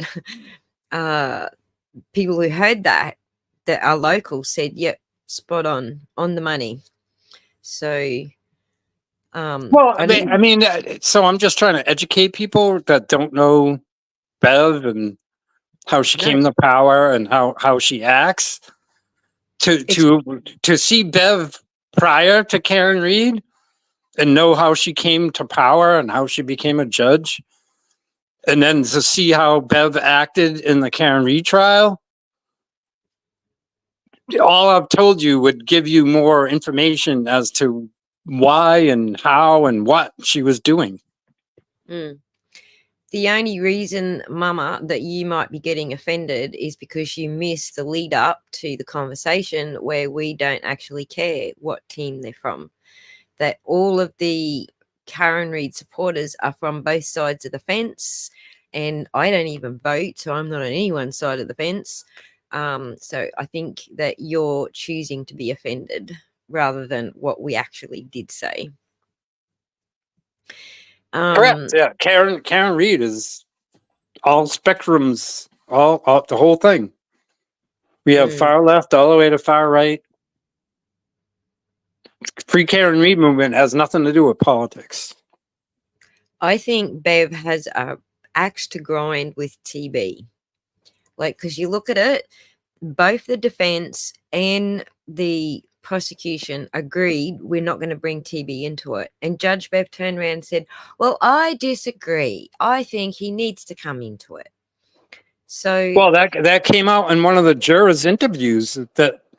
So Bev insisted on interjecting the Turtle Boy thing into the trial because Allie McCabe and Jen McCabe said, "Oh, we're being harassed by Turtle Boy," and the jury heard all that. So one of the jurors' interviews was, "We were afraid of Turtle Boy." Bev put that in there. Bev put it in there. That's right. She left it open, even though both sides agreed not to bring Turtle Boy into it. And it was prejudicial to Karen because they're trying to put Turtle Boy in jail to prove that he was involved with Karen's PR program and that Karen sent him out to do all this witness intimidating so they could get her in jail. So the fact that Bev took a side on that and decided, yes, Turtle Boy must be doing that stuff and he hasn't even been to court yet, that she took a side against both the prosecution and the defense, knowing full well that that was prejudicial to Karen. You know, that was a turning point for me, like that stuck out like dog's balls. Well, I would present that as proof that Beverly Cannone is trying to protect DA Morrissey. Yeah, absolutely. So the special prosecutor that DA Morrissey appointed to do the Turtle Boy case, do we know if there's any connections between that one and Bev as well? Which cases are you trying to connect? Turtle Boy's case with the special prosecutor. The chat's going to remind me of his name because I can't think of it right now. The special prosecutor. Kenneth Mello? That's the one. Mello Yellow. No, see, so DA Morrissey was trying to silence Turtle Boy. So, but he had a conflict of interest as the Norfolk County DA. So he hired Kenneth Mello as the special prosecutor to Mm-hmm. give the illusion of not being connected to it. But Kenneth Mello was obviously under the direction of DA Morrissey. It's all smoke and mirrors. Yep. That's how it works. So obviously, if Michael Morrissey didn't hire Kenneth Mello to be the special prosecutor to go after Turtle Boy could say, "Wait a minute, you can't come after me, Michael Morrissey." And Michael Morrissey has the illusion of saying, "I'm not coming after you." Mm, Kenneth Mello is. right. It's all. Smoke and mirrors. Kenneth Mello is working for Morrissey. It's obvious. Obviously. That whole ruse of Kenneth Mello being a special neutral prosecutor is just a joke. Yeah, yeah. So I'm still keen to find out, why Bev thought a case that hadn't even been to court yet was good reason to allow that prejudicial side of Karen Reid's case to be said in court. I'm keen to find out why this. I mean, obviously she's supporting everything that Morrissey's doing, but I feel like there's more to it. I feel like there's something else going on there. Well, if you take my pessimistic point of view, Bev's only mission here is to save DA Morrissey. So she has no problem interjecting Turtle Boy is bad into the trial that benefits her and Morrissey. Yeah, yeah. Well, there's plenty of people who are on the same page as you. We're just pissed at Bev. So, good night. And like I've said 3 hours ago, I try to step off and be neutral, but I also try to explain to people the reason Bev refused to recuse herself last August of 2023 is because she was sent on a mission to save Morrissey's butt. She could have easily recused herself, but she did not. And I think she was forced to be on this trial. And if you go back to the beginning of the trial, or even the pretrial hearings, and you watch Bev's behavior, her decisions, her mission here has been to make sure Karen Reid was found guilty of something. That's right. And you could it was plain as the nose on her face. Iceman's calling out some pretty good points here as well. Like just keeping something on the table so they can continue to confuse the jury. Anything. She was instrumental in that. And the penentable the ending was crazy. So Bev could have imposed Judicial Rule 27, found out, okay, we have counts 1, 2, and 3. Did we come to a verdict on any of these? She just said no. It's a mistrial. So just so they can bring it back again in January with all 3 charges, and now you have jurors coming out saying no. We were 12-0 not guilty on count 1. We were 12. Yeah. You know what I mean? She chose to ignore that. Absolutely. So if it was the other way around, okay, so it was a hung jury no matter how you look at it. But on count 2, say they were unanimous on count 2, 12-0 guilty, she would have accepted that verdict and put count 1 and 3 on the record as not guilty, and Karen Reid would have been convicted of count 2. But when it's the other way around, she wanted to ignore it.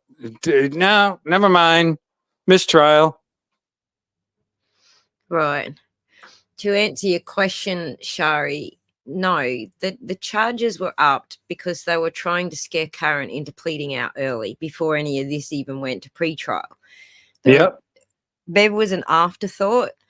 Who were we gonna get in now that we're being forced to go to trial? Who are we gonna hand it to? So Bev was an afterthought. The whole forethought was, here's the first charge, plead guilty. She wouldn't plead guilty. She was fighting it. So, oh, you're going to fight us, are you? Well, we're going to double down. And so they punched her with the other charges. Well, So if you go back to David Unetti, he saw this coming. He knew that the state grand jury was being convened, and he said, "There's no need to rearrest Karen Reed. She's my client. I'll bring her into court." They go ahead and have this kangaroo state grand jury. The McAlberts come in and lie. The investigators come in and lie, and they up the charges to murder too. Right. That was, and they go and rearrest her again. So they get the perp walk of Karen Reed in cuffs being walked into the court. And David Unetti, her attorney, is like, "This is outrageous. I told you, if you upgrade her charges, I'll produce her in court. There's no need for this horse and pony show right of arresting her a second time." But again, they wanted that on the media, Channel 5, WCBB Boston. They wanted that Karen Reed coming in cuffs again. It's all part of the corruption. It's all part of the mainstream media. We're going to make Karen Reed look as bad as we can in the mainstream media. There was no need for Karen Reed to be rearrested like that. David Unetti tried to stop it, and the police state said, "Screw you, we're just going to rearrest her." Shari, no, the initial charge was in front of another judge, a man, can't think of his name right now, but if you have a look back over the history of it, you'll see Karen Reed's first initial court hearing in front of a different judge altogether. Judge Canoni was called in after the fact. And Canoni ended up on this trial somehow, some way. She had her way out of it. She was supposed to rotate out of that seat, I believe, July 1st. She refused to leave. The Karen Reed defense team proved that she was potentially conflicted or had the appearance of a confliction, and she refused to leave. And she's been on it ever since. That's right. So in Australia, this is what they'll do. This is exactly what they'll do in Australia. And that's why I was onto it so early, because I could see that's exactly what they do in Australia. If you don't plead out, if they want you to plead out, they'll up your charges. So I probably haven't talked about this a lot because I don't like to embarrass my son with this, but he basically, he had a car accident. Just went to turn the corner and lost control of the car. That's all that happened, really. But he ran into a couple other cars and ended up in like the front of a daycare center. Didn't hurt anybody, but it was around the same time we had this other thing going on about this kid who had been skittled on the crosswalk in front of her school like multiple times. She didn't just get skittled once. It was the same kid, just kept getting skittled on the crosswalks. Anyway, when that was going down, the cops decided they're going to come down on him heavy. And so they did the same thing to him. You need to plead guilty. And he's like, guilty to what? And so they made up charges. They were like, guilty to drifting and driving your car illegally. Drifting is a criminal offence in Australia. So you'll know what drifting is, don't you? I don't have to spell that out. Yeah. But even in the United States, most DAs, they're in the business of convictions. So what they do is Oh, yeah. overcharge or they pressure defendants into pleading to lower charges. And that's exactly what they did to Karen Reed. They initially charged her with the lower. She refused. And then they're like, okay, she's not budging. So we're just going to convene this grand jury. Grand jury's a bias. It's only the prosecution witnesses that come in. There's no defense attorney. So these McAlberts and these cops can come into the state grand jury and literally make up new stories and just whatever. Oh yeah, we're gonna charge her with second-degree murder. Karen was mad in Aruba and she wanted to kill John. They just make up crap.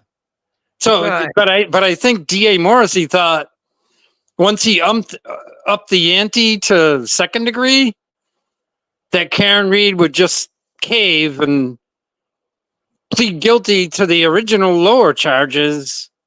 Right. That was the whole goal here, just to get Karen Reed to plead guilty to something, because that way this whole cover up goes away. Well, that was the goal. That's exactly what they do in Australia. They will threaten you with so just having a car accident, that can be negligent driving. It's just a misdemeanor.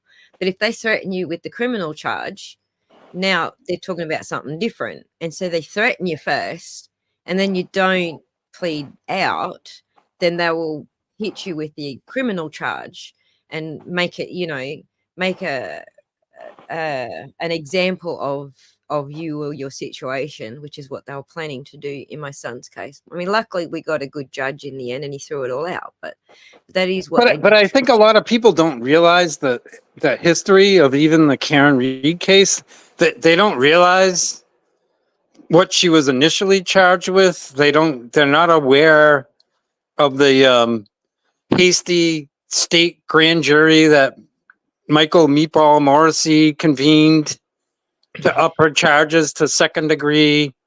They're not aware of the federal grand jury once the feds were involved in this.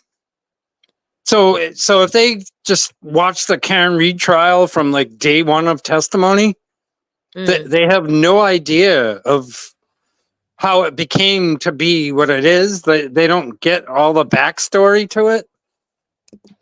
Right, they don't. And, to understand why someone might plead out, as Mama Jama's pointing out here, generally it's poor folk, but sometimes it's not just because you're poor. Sometimes it's because the lesser sentence that they're throwing at you is a lesser sentence. Do you get what I'm saying? Like a misdemeanor for negligent driving is a fine, whereas a criminal drifting your car case is like up to 3 years jail. So you're looking at the two options. Do I just get a fine or do I go to jail? Either way, I'm innocent.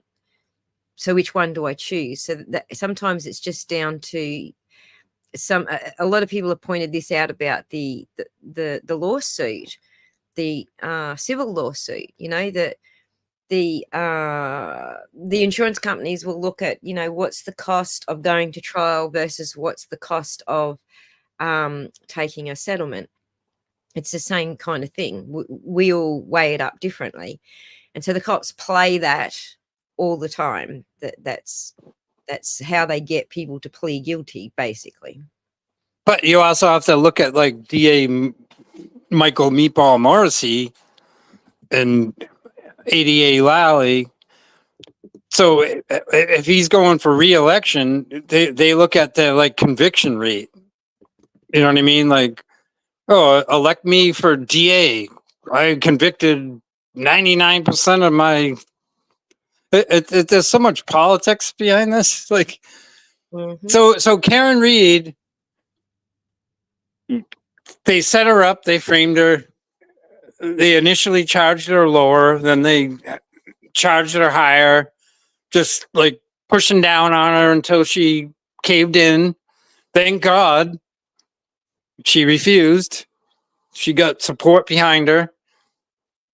Right. And like here we are. Like it's this has turned into like an ultimate battle. Like, no, she's not caving into what you people want. You're not going to get a conviction. Karen Reed's never going to be convicted. And your office looks foolish. And we can see, the whole world can see the cover up that happened here. So what are you going to do now? That's right.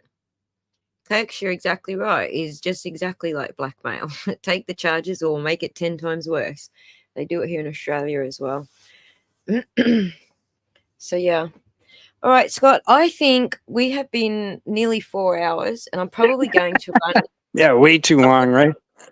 I think I'm going to run out of StreamYard hours. Otherwise, I would be quite happy to keep it going, but it's going to cut off in the middle of us saying something for sure.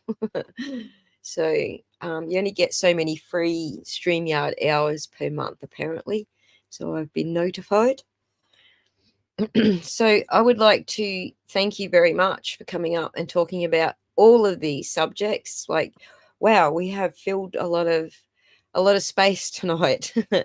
So I'm going to try and go back and cut it up into little smaller segments for those who have missed the stream and don't want to have to sit through the entire 4 hours to hear what we had to say. Break it up into topics, and we really appreciate what you had to contribute tonight, Scott. You've cleared a lot of things up for us and expanded on a lot of things that we didn't know about.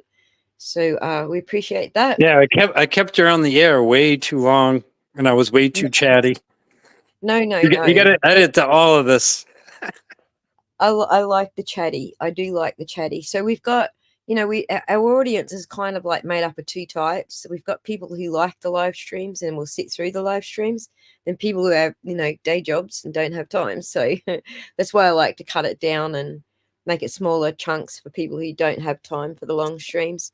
So we have a little bit of both. Everyone loves chatty Scotty. There you go. No, I love talking to Aussie Insider.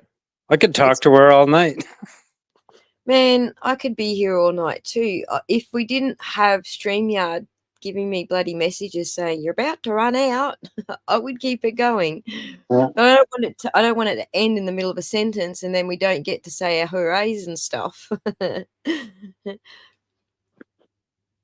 right, I'll let you end the stream. Thanks, everybody. Listen to my ramblings. Come back again. Like, obviously, it's best to catch you on a weekday, right? Yes, Friday and Saturday nights don't work for me with that well. No. Yep. And I forget which is your Friday and Saturday nights because we're a day ahead of you. Well, you live in the future in Australia. Exactly. So let's do it again. I definitely want to look up this other case and do some comparisons. Maybe you like to come back and talk about the comparisons that we find along the way. How's that sound? That would be interesting. Yeah. If you really went back to the Chestnut trial, is that what you're saying? Yeah. I really. Oh yeah. So you would see glaring differences. Yep. So Bev is two different people in those two trials. Right. I think we should have you back to talk about that. Like, I will pull up what I, notice myself, but it's also good to have that background person who has seen Bev in action before, like personally, to feedback as well. So if you would, we'd appreciate it. Sure. All good. All right, everybody. We will say good night. Thank you so much, Scott. Hang around, Scott, so I can discuss a couple other things with you in private. Thank you to Thank you to the mods who showed up tonight. Legal Minded Friends with Karen Cole, much appreciated. Miss Shorty, again at work, still modding. She's a legend. And thanks again to Glenn for 15 gifted memberships. Again to Sarita Banana for the $20 super chat. Love you guys. Hit the like on the way out. Good night, everyone. Oh, I thought you were going to say good night. Go for it, Scott. Oh, I was just waiting for you to go off the air there. All right.